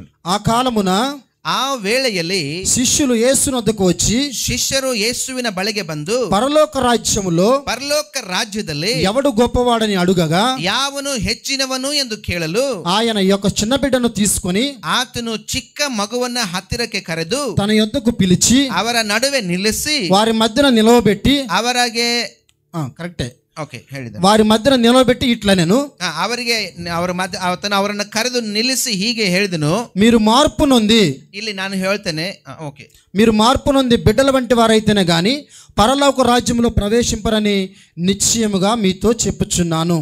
ಓಕೆ, ನೀವು ತಿರುಗಿಕೊಂಡು ಚಿಕ್ಕ ಮಕ್ಕಳಂತೆ ಆಗದೆ ಹೋದರೆ ನೀವು ಪರಲೋಕ ರಾಜ್ಯದಲ್ಲಿ ಸೇರುವುದೇ ಇಲ್ಲವೆಂದು ನಿಮಗೆ ಸತ್ಯವಾಗಿ ಹೇಳುತ್ತೇನೆ. ఇది యేసుక్రీస్తు ప్రభువారు, ಇದು ಯೇಸು ಕ್ರಿಸ್ತನು శిష్యులకు మధ్య జరిగినటువంటి సంభాషణ. ಯೇಸು ಕ್ರಿಸ್ತನಿಗೂ ಮತ್ತು ಶಿಷ್ಯರಿಗೂ ನಡುವೆ ನಡೆದಿರುವಂತಹ ಒಂದು ಸಂಭಾಷಣೆ. ఆయన వద్ద 12 మంది శిష్యులు ఉండేవారు. ಆತನ ಜೊತೆಯಲ್ಲಿ 12 ಜನ ಶಿಷ್ಯರು ಇರ್ತಾ ಇದ್ರು. ఆయనతో పాటు కలిసి భోంచేశారు, ಆತನ ಜೊತೆಯಲ್ಲಿ ಸೇರಿ ಊಟ ಮಾಡಿದ್ರು, ఆయనతో పాటు తిరిగారు, ಆತನ ಜೊತೆಯಲ್ಲಿ ಸೇರಿ ನಡೆದಾಡಿದ್ರು, అద్భుతాలు చూశారు, ಅದ್ಭುತಗಳನ್ನು ನೋಡಿದ್ರು, ఆశ్చర్య కార్యాలు చూశారు, ಆಶ್ಚರ್ಯಕರವಾದ ಕಾರ್ಯಗಳು ನೋಡಿದ್ರು. యేసు నామములో ಯೇಸುವಿನ ನಾಮದಲ್ಲಿ వారు కూడా అద్భుతాలు చేశారు, ಅವರು ಕೂಡ ಅದ್ಭುತಗಳನ್ನು ಮಾಡಿದ್ರು, ఆశ్చర్య కార్యాలు చేశారు. ಆಶ್ಚರ್ಯಕರವಾದ ಕಾರ್ಯಗಳನ್ನು ಮಾಡಿದ್ರು. యేసు ప్రభు తాను పాడుతూనే పండుకునేవారు, ಯೇಸು ಸ್ವಾಮಿ ಜೊತೆಯಲ್ಲೇ ಮಲ್ಕೊಳ್ಳುವವರು. అన్ని కార్యాలు చేసిన వారు శిష్యులు. ಎಲ್ಲ ಕಾರ್ಯವನ್ನ ಮಾಡಿದವರು ಶಿಷ್ಯರು. వారిలో ఒక సందేశం వచ్చిందన్నమాట. ಅವರಲ್ಲೇ ಒಂದು ಸಂದೇಹ ಬಂತು. ఏమని వచ్చింది? ಏನ್ ಬಂತು? అక్కడ ఉన్నటువంటి 12 మందిలో ಅಲ್ಲಿರುವಂತ 12 ಮಂದಿಯಲ್ಲಿ వారు అనుకుంటున్నారు వారి హృదయాల్లో, ಅವರವರೇ ಅನ್ಕೊಳ್ತಾ ಇದ್ದಾರೆ ಅವ್ರ ಹೃದಯದಲ್ಲಿ, పరలోక రాజ్యంలో నేను గొప్పవాడిని అంటే నేను గొప్పవాడిని అని. ಪರಲೋಕ ರಾಜ್ಯದಲ್ಲಿ ನಾನು ದೊಡ್ಡವನು ಅಂತ వాళ్ళు అడుగుతున్నారు అన్నమాట. ಅವ್ರು ಕೇಳ್ತಾ ಇದ್ದಾರೆ. యేసు ప్రభువును వచ్చి, ಯೇಸು ಸ್ವಾಮಿ ಬಂದು పరలోక రాజ్యంలో గొప్పవాడు ఎవడు, ಪರಲೋಕ ರಾಜ್ಯದಲ್ಲಿ ದೊಡ್ಡವರು ಯಾರು అని యేసు ప్రభువును అడుగుతారన్నమాట. ಹಾಗೆ ಯೇಸು ಸ್ವಾಮಿನ ಅವ್ರು ಕೇಳ್ತಾರೆ. ఈ వాక్య భాగాన్ని, ಈ ವಾಕ್ಯ ಭಾಗವನ್ನ బాగా శ్రద్ధగా ఆలకించాలి మీరు. ಬಹಳ ಶ್ರದ್ಧೆಯಿಂದ ಕೇಳ್ರಿ. ಹೊರಗಡೆ ಇದ್ದವರೆಲ್ಲ ಒಳಗಡೆ ಬರಲಿ. ಯಾರು ಹೋಗಿದ್ದಾರೆ ಹೊರಗಡೆ? ಗಂಡು ಮಕ್ಕಳೆಲ್ಲ ಯಾರು ಹೊರಗಡೆ ಹೋಗಿದ್ದಾರೆ? సరే, ఈ వాక్య భాగంలో ఒక సారాంశాన్ని బాగా గుర్తుపెట్టుకోవాలి అందరూ. ఈ వాక్య భాగದ ಸಾರಾಂಶವನ್ನ ಎಲ್ಲರೂ ಗಮನವಿಟ್ಟು ಕೇಳಿಸ್ಕೊಳ್ರಿ. శిష్యులు ఆయన యొద్దకు వచ్చి, ಶಿಷ್ಯರು ಆತನ ಹತ್ತಿರಕ್ಕೆ ಬಂದು ఎవరు గొప్పవారని అడిగారు అన్నమాట. ಯಾರು ದೊಡ್ಡವರು ಅಂತ ಕೇಳಿದಾರಂತೆ. ఇక్కడ కూర్చున్న మనలో చాలా మంది, ಇಲ್ಲಿ ಕುಳಿತಿರುವ ನಾವು ಅನೇಕರು, ఈ మాటలు మీకు కొంచెం బాధాకరంగా ఉండొచ్చు, ಈ ಮಾತು ನಿಮಗೆ ಸ್ವಲ್ಪ ನೋವನ್ನು ತರಬಹುದು. అయినప్పటికీ సత్యాన్ని నేను చెప్తున్నాను, నమ్మండి. ಆದರೂ ಕೂಡ ನಾನು ಸತ್ಯವನ್ನ ಹೇಳ್ತೇನೆ, ನಂಬ್ರಿ. మనం మంటి మనుషులం కదా, ನಾವು ಮಣ್ಣಿನವರಲ್ವಾ. ఇందాక పాస్టర్ గారు అన్నారు, ಈಗ ಪಾಸ್ಟರ್ ಹೇಳಿದ್ರು, నీతిమంతుడు ನೀತಿವಂತನು 7 సార్లు పడినా 7 ಸಾರಿ ಬಿದ್ದರು మళ్ళీ తిరిగి లేస్తాడు అని. ಮತ್ತೆ ತಿರುಗಿ ಎದ್ದೇಳ್ತಾನೆ. ఆత్మీయ జీవితం ಆತ್ಮೀಯ ಜೀವಿತ సముద్రపు అలల లాంటిది. ಆ ಸಮುದ್ರದಂತೆ, సముద్రపు అలలు లాంటిది, ಸಮುದ್ರದ ಅಲೆಯಂತೆ. ఒక అల ఉవ్వెత్తున వచ్చి ఎగిసి పడుతూ ఉంటుంది, ಒಂದು ಅಲೆ ದೊಡ್ಡದಾಗಿ ಎತ್ತಿರಿ ಬಂದು ಬೀಳ್ತದೆ, ఒక అల లోపలికి వెళ్ళిపోతూ ఉంటుంది అన్నమాట. ಒಂದು ಅಲೆ ಹಾಗೆ ಹರಿದು ಹೋಗ್ತದೆ. ఈ ఆత్మీయ జీవితానికి సముద్రపు అలలను మనం ఆస్వాదం చేసుకుంటే, ಈ ಆತ್ಮಿಕವಾದ ಜೀವಿತಕ್ಕೆ ಸಮುದ್ರದ ಅಲೆಗಳನ್ನ ನಾವು ಹೋಲಿಸಿ ನೋಡಿದ್ರೆ చాలా సందర్భాల్లో ಅನೇಕ ಸಂದರ್ಭಗಳಲ್ಲಿ చాలా ఉత్సాహంగా కనబడతాం భక్తి జీవితంలో. ಬಹಳ ಉತ್ಸಾಹದಿಂದ ಕಾಣ್ತೇವೆ ಭಕ್ತಿ ಜೀವಿತದಲ್ಲಿ. ఫస్ట్ చర్చికి వస్తాం, ಫಸ್ಟ್ ಚರ್ಚಿಗೆ ಬರ್ತೇವೆ, ఆరాధనలో ఉంటాం, ಆರಾಧನೆಯಲ್ಲಿ ಇರ್ತೇವೆ, అన్ని యాక్టివిటీస్ లో ఫస్ట్ ఉంటాం, ಎಲ್ಲಾ ಕಾರ್ಯದಲ್ಲಿ ಆಕ್ಟಿವ್ ಆಗಿರ್ತೇವೆ. కొన్ని సందర్భాల్లో మనకు శ్రమలు ఇబ్బందులు ఏమైనా కలిగినప్పుడు, ಕೆಲವು ಸಂದರ್ಭಗಳಲ್ಲಿ ಕೆಲವು ಸಂಕಟಗಳು ಸಮಸ್ಯೆಗಳು ನಮಗೆ ಎದುರಾದಾಗ ఒక అల లోనకి ఎలాగైతే వెళ్ళిపోతుందో, ಕೆಲವು ಸಾರಿ ಹೇಗೆ ಅದು ಅಲೆಗಳು ಹಾಗೆ ತೇಲಿ ಹೋಗ್ತದೋ, ಒಳಗಡೆ ಹೆಂಗ್ ಹೋಗ್ತಾ ಇತ್ತು, ಒಳಗಡೆ ಹೆಂಗ್ ಹೋಗ್ತದೋ మన ఆత్మీయ జీవితంలో కూడా ನಮ್ಮ ಆತ್ಮೀಯ ಜೀವಿತದಲ್ಲೂ ಕೂಡ దిగజారిపోయే వారిగా ఉంటాం, ಕೆಳಗೆ ಇಳಿದು ಹೋಗುವರಾಗಿರ್ತೇವೆ. అలా ఎప్పుడు ఉండకూడదు అన్నమాట. ಹಾಗೆ ಯಾವತ್ತೂ ಇರಬಾರ್ದು. ఆత్మీయ జీవితం అనేటువంటిది ಆತ್ಮಿಕವಾದ ಜೀವಿತ చాలా ಎನ್ನುವಂಥದ್ದು ప్రాముఖ్యమైనటువంటి. ಬಹಳ ಪ್ರಾಮುಖ್ಯವಾದದ್ದು. శిష్యులు అడుగుతారు,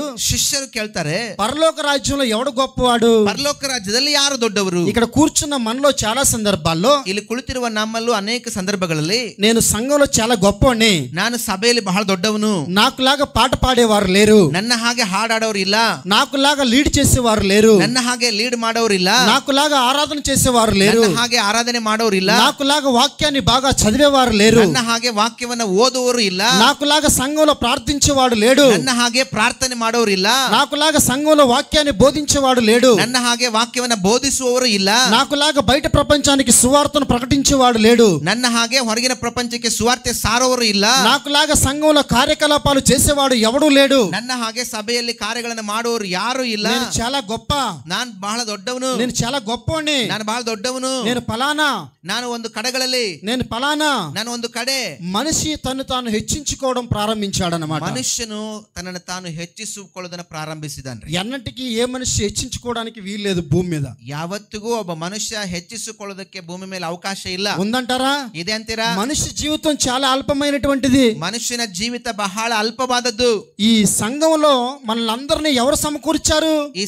ಈ ಸಭೆಯಲ್ಲಿ ನಮ್ಮನ್ನು ಎಲ್ಲರನ್ನು ಸೇರಿಸಿದ್ದು ಕೂಡಿಸಿದ್ದು ಯಾರು? పరిశుద్ధాత్మ దేవుడు మనల్ని సమకూర్చాడు. ಪರಿಶುದ್ಧಾತ್ಮ ದೇವರು ನಮ್ಮನ್ನ ಕೂಡಿಸಿದ್ದಾರೆ. ఆనాడు యేసుక్రీస్తు ప్రభువారిని, ಆ ದಿನ ಯೇಸು ಸ್ವಾಮಿಯನ್ನು ಕೂಡ ఆ మృతులలో నుండి, ಆ ಮೃತ್ಯುವಿನಿಂದ ఏ ఆత్మ అయితే లేపిందో, ಯಾವ ಆತ್ಮ ಅವರನ್ನು ಎಬ್ಬಿಸಿತೋ, ఈ రోజు మన అందరిలో అదే ఆత్మ ఉన్నాడు. ಈ ದಿನ ನಮ್ಮ ಮಧ್ಯದಲ್ಲೂ ಎಲ್ಲರಲ್ಲೂ ಅದೇ ಆತ್ಮ ಇದೆ. ఆ ఒక్క ఆత్మ మాత్రమే మన అందరిలో సంచరిస్తున్నాడు. ಆ ಒಂದು ಆತ್ಮ ನಮ್ಮೆಲ್ಲರಲ್ಲೂ ಸಂಚರಿಸ್ತಾ ಇದೆ. ఇప్పుడు చెప్పండి, సంఘంలో ఎవరు గొప్పోళ్ళు? ಈಗ ಹೇಳ್ರಿ, ಸಭೆಯಲ್ಲಿ ಯಾರು ದೊಡ್ಡವರು? పాటలు పాడేవాడు గొప్పడా? ಹಾಡಾಡೋರು ದೊಡ್ಡವರಾ? వాక్యాన్ని ప్రకటించేవాడు గొప్పడా? ವಾಕ್ಯವನ್ನ ಪ್ರಕಟಿಸುವವರು ದೊಡ್ಡವರಾ? ఆరాధన నడిపించేవాడు గొప్పడా? ಆರಾಧನೆ ಮಾಡುವವರು ದೊಡ್ಡವರಾ? కార్పెట్లు వేసేవాడు గొప్పడా?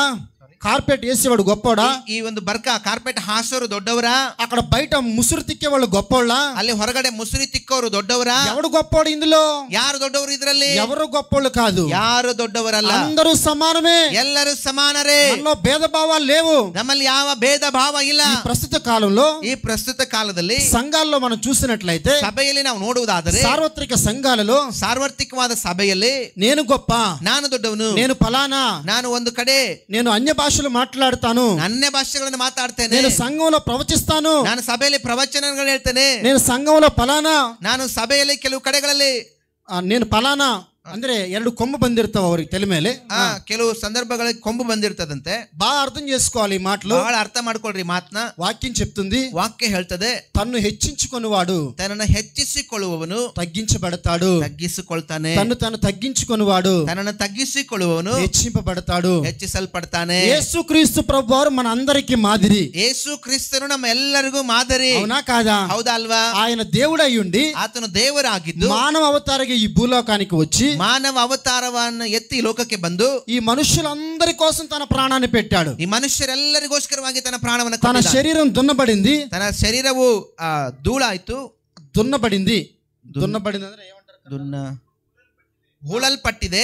దున్నబడింది. ఆయన రక్తమంతా కార్చాడు, ರಕ್ತವೆಲ್ಲ ಸುರಿಸಿದ್ದಾನೆ. మన కోసం నిందలు అనుభవించాడు, ನಮಗೋಸ್ಕರವಾಗಿ ನಿಂದೆನ ಅನುಭವಿಸಿದ್ದಾನೆ. ఆయన శాపగ్రస్తంగా ఈ భూమి మీద మార్చబడ్డాడు. ಆತನು ಶಾಪಗ್ರಸ್ತ ಪಾತ್ರವಾಗಿ ಭೂಮಿ ಮೇಲೆ ಮಾರ್ಪಟ್ಟಿದ್ದಾನೆ, సిలువకెక్కాడు, ಶಿಲುಬೆಗೆ ಹತ್ತಿದ್ದಾನೆ, సమాధి చేయబడ్డాడు, ಸಮಾಧಿ ಮಾಡಲ್ಪಟ್ಟಿದ್ದಾನೆ, తిరిగి 3వ దినాన లేచాడు. ತಿರುಗಿ 3ನೇ ದಿನದಲ್ಲಿ ಎದ್ದಿದ್ದಾನೆ. నీ స్థానంలో ನಿನ್ನ ಸ್ಥಾನದಲ್ಲಿ యేసుక్రీస్తు ప్రభువారు చనిపోయారు. ಯೇಸು ಕ್ರಿಸ್ತನು ಸತ್ತು ಹೋಗಿದ್ದಾನೆ. అవునా కాదా? ಹೌದಾ ಅಲ್ವಾ? ఇక్కడ ఎవరు గొప్పోళ్ళు? మనం ಇಲ್ಲಿ ಯಾರು ದೊಡ್ಡವರು? ನಾವು ఎవరు గొప్పోళ్ళు కాదు, ಯಾರು ದೊಡ್ಡವರಲ್ಲ, అందరూ సమానమే. ಎಲ್ಲರೂ సమానರೇ. పాటలు పాడేవాడు మొదలుకొని ಹಾಡು ಹಾಡೋರ್ನ ಮೊದಲುಗೊಂಡು ఆ బయట గిన్నెలు తోమే ఆమె వరకు ಆ ಹೊರಗಡೆ ಪಾತ್ರೆ ಉಜ್ಜೋವರೆಗೂ ಹಿಡ್ಕೊಂಡು అందరూ సమానమే ప్రభు దృష్టిలో. ಎಲ್ಲರೂ సమానರೇ ನಾವು ದೇವರ ದೃಷ್ಟಿಯಲ್ಲಿ. ఒకవేళ మనుషుల దృష్టిలో ఒకరు ఎక్కువ తక్కువ ఉండొచ్చేమో, ಒಂದು ವೇಳೆ ಮನುಷ್ಯರ ದೃಷ್ಟಿಯಲ್ಲಿ ಹೆಚ್ಚು ಕಡಿಮೆ ಇರಬಹುದೇನೋ, మనిషికి ఉన్నటువంటి జ్ఞానాన్ని బట్టి, ಮನುಷ್ಯರಿಗಿರುವಂತಹ ಜ್ಞಾನದ ನಿಮಿತ್ತವಾಗಿ, ఆలోచనను బట్టి, ಆಲೋಚನೆ ನಿಮಿತ್ತವಾಗಿ, వాడుకున్న డబ్బును బట్టి, ಅವರಿಗಿರುವಂತಹ ಹಣದ ನಿಮಿತ್ತವಾಗಿ, వాడుకున్నటువంటి ధనాన్ని బట్టి, ಅವರಿಗಿರುವಂತಹ ಹಣದ ನಿಮಿತ್ತವಾಗಿ, ఈ లోకంలో ఉన్న అష్ట ఐశ్వర్యాలను బట్టి ಈ ಲೋಕದಲ್ಲಿರುವಂತಹ ಎಲ್ಲ ಐಶ್ವರ್ಯದ ಕುರಿತಾಗಿ గర్వించేవాడిగా ఉన్నాడు మనిషి.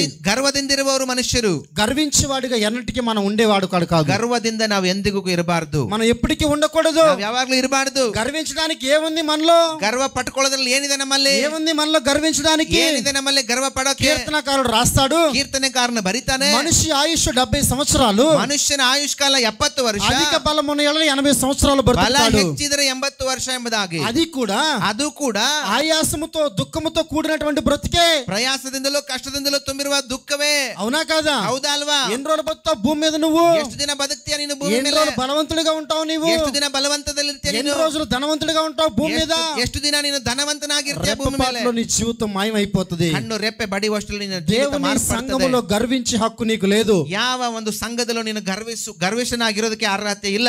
సంఘంలో గర్వించడానికి నీకు నాకు ఏమీ లేదు. ಸಭೆಯಲ್ಲಿ ಗರ್ವ ಪಡೋದಕ್ಕೆ ನನಗೂ ನಿನಗೂ ಯಾವ ಅವಕಾಶ ಇಲ್ಲ. వాళ్ళకంటే నేను గొప్పోడిని, ಅವರಿಗಿಂತ ನಾನು ದೊಡ್ಡವನು, వాళ్ళకంటే నేను చాలా బెటర్, ಅವರಿಗಿಂತ ನಾನು ಬಹಳ ಬೆಟರ್, నాకు చాలా తలాంతులు ఉన్నాయి, ನನಗೆ ಬಹಳ ತಲಾಂತಗಳಿದೆ, నాకు చాలా పలానా గ్రేస్ ఇచ్చాడు దేవుడు, ನನಗೆ ಬೇರೆ ಒಂದು ಕೆಲವು ಕಡೆಗಳಲ್ಲಿ ನನಗೆ ದೇವರು ಕೃಪೆ ಕೊಟ್ಟಿದ್ದಾನೆ. ఒకవేళ దేవుడు నీకు తలాంతులు ఇచ్చాడు అనుకో, ಒಂದು ವೇಳೆ ದೇವರು ನಿನಗೆ ತಲಾಂತಗಳನ್ನು ಕೊಟ್ಟಿದ್ದಾನೆ, దేవుని నామ మహిమార్థమే వాడబడు, ದೇವರ ಮಹಿಮೆಗಾಗಿ ಅದನ್ನು ಉಪಯೋಗಿಸ್ಕೋ. పరలోక రాజ్యంలో దేవుడు నీకు కిరీటాన్ని ఇచ్చేవాడిగా ఉన్నాడు. ಪರಲೋಕ ರಾಜ್ಯದಲ್ಲಿ ದೇವರು ನಿನಗೆ ಕಿರೀಟವನ್ನು ಕೊಡ್ತಾನೆ. ఈ లోకంలో గర్వించావనుకో, ಈ ಲೋಕದಲ್ಲಿ ಗರ್ವಿಷ್ಠರಾಗಿವನುಕೋ నాశనం అయిపోతాం అంతే, ನಾಶವಾಗಿ ಹೋಗ್ಬಿಡ್ತೀಯ. ఇంకా అందులో అనుమానం ఏమీ లేదు. ಇನ್ನು ಅದರಲ್ಲಿ ಅನುಮಾನವೇ ಇಲ್ಲ. లూసిఫర్ ఎవరు అనుకుంటున్నారు? ಲೂಸಿಫರ್ ಯಾರು ಅನ್ಕೊಂಡ್ರಿ? దేవుని యొక్క ప్రధానమైన దూతవాడు, ದೇವರ ಪ್ರಧಾನ ದೂತ ಅವನು. వాడికి దేవుడు చాలా స్థానమానాలు ఇచ్చాడు. ಅವನಿಗೆ ದೇವರು ಬಹಳ ಸ್ಥಾನಮಾನಗಳನ್ನು ಕೊಟ್ಟಿದ್ದ. వాడిలో ఒక దుర్బుద్ధి పుట్టిందనమాట. ಅವನಲ್ಲಿ ಒಂದು ದುರ್ಬುದ್ಧಿ ಹುಟ್ಟಿಬಿಡ್ತು. యేసు ప్రభు స్థానంలో నేనుంటే బాగుంటది కదా, ಯೇಸು ಸ್ವಾಮಿ ಸ್ಥಾನದಲ್ಲಿ ನಾನಿದ್ರೆ ಬಹಳ ಚೆನ್ನಾಗಿ. దేవుడి స్థానాన్ని ఆక్రమించాడు వాడు, ದೇವರ ಸ್ಥಾನವನ್ನ ಆಕ್ರಮಿಸಿದ ಅವನು. అక్కడి నుంచి దేవుడు ఏం చేశాడు? కిందకి నెట్టేశాడు వాడిని. ಅಲ್ಲಿಂದ ದೇವರು ಏನ್ ಮಾಡ್ದ? ಕೆಳಗೆ ಧುಮುಕಿದ್ರು. ఇప్పుడు ఏమైందాడు? ఈ భూమి మీద సంచరిస్తూ ఉన్నాడు. ಏನ್ ಮಾಡ್ತಿದ್ದಾನೆ? ಈಗ ಅವನು ಭೂಮಿ ಮೇಲೆ ಸಂಚರಿಸ್ತಾ ಇದ್ದಾನೆ. నీకున్న స్థానమానాలు తీసి దేవుడు వేరే వారికి ఇవ్వగలడు. ನಿನಗಿರುವಂತ ಸ್ಥಾನಮಾನಗಳನ್ನು ತೆಗೆದು ಬೇರೆಯವರಿಗೆ ಕೊಡಬಲ್ಲ ದೇವರು. మనిషి గర్వించడం మొదలు పెడితే, ಮನುಷ್ಯನು ಗರ್ವಿಷ್ಠನಾಗೋದಾದ್ರೆ, ఈ లోకంలో ఒక సామెత ఉంటది, ಈ ಲೋಕದಲ್ಲಿ ಒಂದು ಸಾಮ್ಯ ಇದೆ. నాశనానికి ముందు గర్వం నడుస్తుందంట. ಗರ್ವ ನಡೀತದಂತೆ. ఒక మనిషి నాశనం అయిపోవడానికి కారణం ఏంటో తెలుసా? ಒಬ್ಬ ಮನುಷ್ಯ ನಾಶವಾಗೋದಕ್ಕೆ ಕಾರಣ ಏನು ಗೊತ್ತಾ? గర్వం. ಗರ್ವ.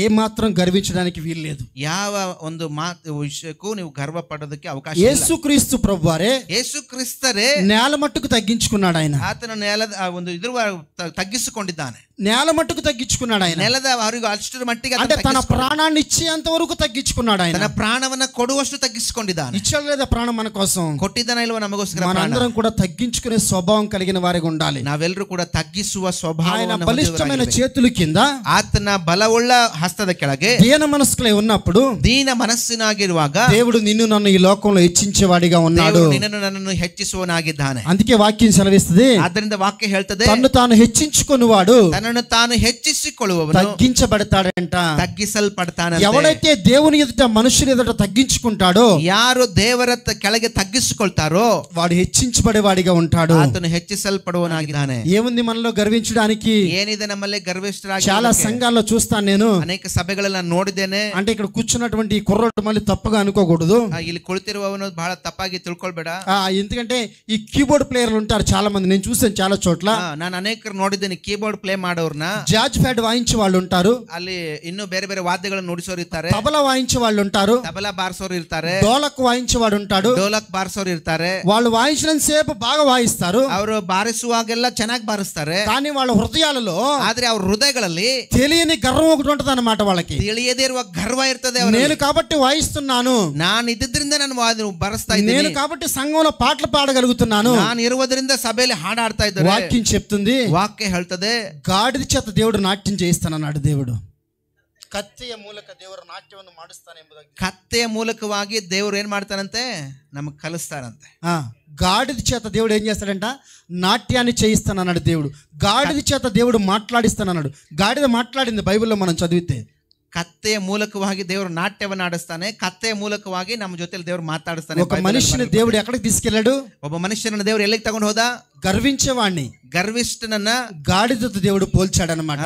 కత్తెಗೆ ಹೋಲಿಸಿದ್ದಾನೆ ದೇವರು. ఎవడో గర్వించడానికి వీల్లేదు, ಯಾರು ಗರ್ವಿಷ್ಠರಾಗುವುದಕ್ಕೆ ಅವಕಾಶ ಇಲ್ಲ. ఈ సంఘంలో మనందరము కూడా, ಈ సభೆಯಲ್ಲಿ ನಾವೆಲ್ಲರೂ ಕೂಡ మనందరము సమానమే. ನಾವೆಲ್ಲರೂ సమానరే. ఒకవేళ పాటలు పాడడానికి రాదేమో అతనికి, ಒಂದ್ ವೇಳೆ ಹಾಡಾಡಕ್ಕೆ ಬರ್ಲಿಕ್ಕಿಲ್ಲ ಅವನಿಗೆ, వాక్యం చెప్పడానికి రాకపోవచ్చేమో, ವಾಕ್ಯವನ್ನು ಹೇಳಕ್ಕೆ ಬರ್ಲಿಕ್ಕಿಲ್ಲ, నీకులాగా ఆరాధన చేయడానికి ఆ వ్యక్తికి రాకపోవచ్చేమో, ನಿನ್ನ ಹಾಗೆ ಆರಾಧನೆ ಮಾಡ್ಲಿಕ್ಕೆ ಆ ವ್ಯಕ್ತಿಗೆ ಬರ್ಲಿಕ್ಕಿಲ್ಲ. దేవుని దృష్టిలో విలువైన వ్యక్తి ఆయన. ದೇವರ ದೃಷ್ಟಿಯಲ್ಲಿ ಬಹಳ ಅಮೂಲ್ಯನ. నిన్ను ఎలాగైతే ఆయన రక్తంతో కొన్నాడో, ನಿನ್ನನ್ನು ಹೇಗೆ ಆತನು ತನ್ನ ರಕ್ತದಿಂದ ಕೊಂಡುಕೊಂಡಿದ್ದಾನೋ, అతను కూడా అదే రక్తంతో దేవుడు కొన్నాడు. ಆತನನ್ನು ಕೂಡ ಅದೇ ರಕ್ತದಿಂದ ಕೊಂಡುಕೊಂಡಿದ್ದಾನೆ. నీలో క్వాలిటీస్ దేవుడు పెట్టి ఉండొచ్చు, ನಿನ್ನಲ್ಲಿ ದೇವರ ಒಂದು ಕ್ವಾಲಿಟಿಗಳು ಸ್ವಭಾವಗಳು ಇರಬಹುದು, ఆయనలో లేకపోవచ్చు, ಅವನಲ್ಲಿ ಇಲ್ಲದೆ ಇರಬಹುದು. అతను కూడా చాలా విలువైనటువంటి వ్యక్తి. ಆದರೆ ಆತನು ಕೂಡ ಬಹಳ ಪ್ರಾಮುಖ್ಯವಾದ ವ್ಯಕ್ತಿ. వాక్యం సెలవిస్తుంది, ವಾಕ್ಯ ಹೇಳ್ತದೆ, యుద్ధంలో యుద్ధದಲ್ಲಿ యుద్ధానికి చేయాల్సినటువంటి సైనికుడు, ಯುದ್ಧಕ್ಕೆ ಹೋಗುವ ಸೈನಿಕನು, వాడికి ఎంత ప్రాముఖ్యత ఉంటుందో, ಅವನಿಗೆ ಎಷ್ಟು ಪ್ರಾಮುಖ್ಯತೆ ಇರ್ತದೋ, ఆ యుద్ధ సామాగ్రి యుద్ధ ఒకరు కాపలా వాడు ఉంటాడనమాట. ಆ ಯುದ್ಧ ಸಾಮಗ್ರಿಯನ್ನು ಹೊತ್ಕೊಂಡು ಹೋಗೋನು ಒಬ್ಬನು ಇರ್ತಾನೆ, కావలిగారు, ಕಾವಲುಗಾರನ ಇರ್ತಾನೆ. వాడికి కూడా సేమ్ జీతాన్ని ఇస్తాడంట దేవుడు. ಆತನಿಗೂ ಕೂಡ ಸೇಮ್ ಪಗಾರನ ಕೊಡ್ತಾನೆ ದೇವರು. యుద్ధంలో ప్రాణం అర్పించే సైనికుడికి ఎంత విలువ ఉంటుందో, ಯುದ್ಧದಲ್ಲಿ ಪ್ರಾಣವನ್ನ ಕೊಡುವ ಸೈನಿಕನಿಗೆ ಎಷ್ಟು ಬೆಲೆ ಇರ್ತದೋ, ఆ యుద్ధ సామాగ్రి యుద్ధ కాపలాగా ఉన్న వ్యక్తికి కూడా సేమ్ జీతాన్ని ఇస్తున్నాడు దేవుడు. ಆ ಯುದ್ಧ ಸಾಮಗ್ರಿಗಳನ್ನ ಕಾಯುವ ಕಾವಲುಗಾರನಿಗೂ ಸೇಮ್ ಸಂಬಳ ಇರ್ತದೆ. ఇదే మತ್ತಾయి రాసిన సువార్తలో, ಇದೇ ಮತ್ತಾಯನ ಬರೆದ మనం ಸುವಾರ್ತೆಯಲ್ಲಿ చదువుతాం కదా. ನಾವು ಓದ್ತೇವಲ್ವಾ, ఒక ధనికుడు ಒಬ್ಬ ಧನಿಕನು అక్కడ ఉన్నటువంటి ఆ తోటలోనికి పనివారిని పెట్టుకుంటాడు కూలికి. ಅವನಿಗಿರುವಂತ ತೋಟದಲ್ಲಿ ಒಂದು ಕೆಲಸಗಾರನ ಕಳಿಸ್ಕೊಡ್ತಾನೆ. ద్రాక్ష తోటలో పనికి పెట్టుకుంటాడు. ದ್ರಾಕ್ಷಾ ತೋಟದಲ್ಲಿ ಕೆಲಸಗಾರನ ಇಡ್ತಾನೆ. ఉదయం 9 గంటల నుంచి ಬೆಳಗ್ಗೆ 9 ಗಂಟೆಯಿಂದ 9 గంటల వరకు, ఉదయం 9 గంటల నుంచి ಬೆಳಗ್ಗೆ 9 ಗಂಟೆಯಿಂದ సాయంకాలం 5 గంటల వరకు, ಸಾಯಂಕಾಲ 5 ಗಂಟೆವರೆಗೂ నా చేనులో నువ్వు పని చేస్తే ನನ್ನ ಹೊಲದಲ್ಲಿ ನೀನು ಕೆಲಸ ಮಾಡಿದ್ರೆ నీకు నేను 2 దేనారాలు ఇస్తాను, ನಾನು ನಿನಗೆ 2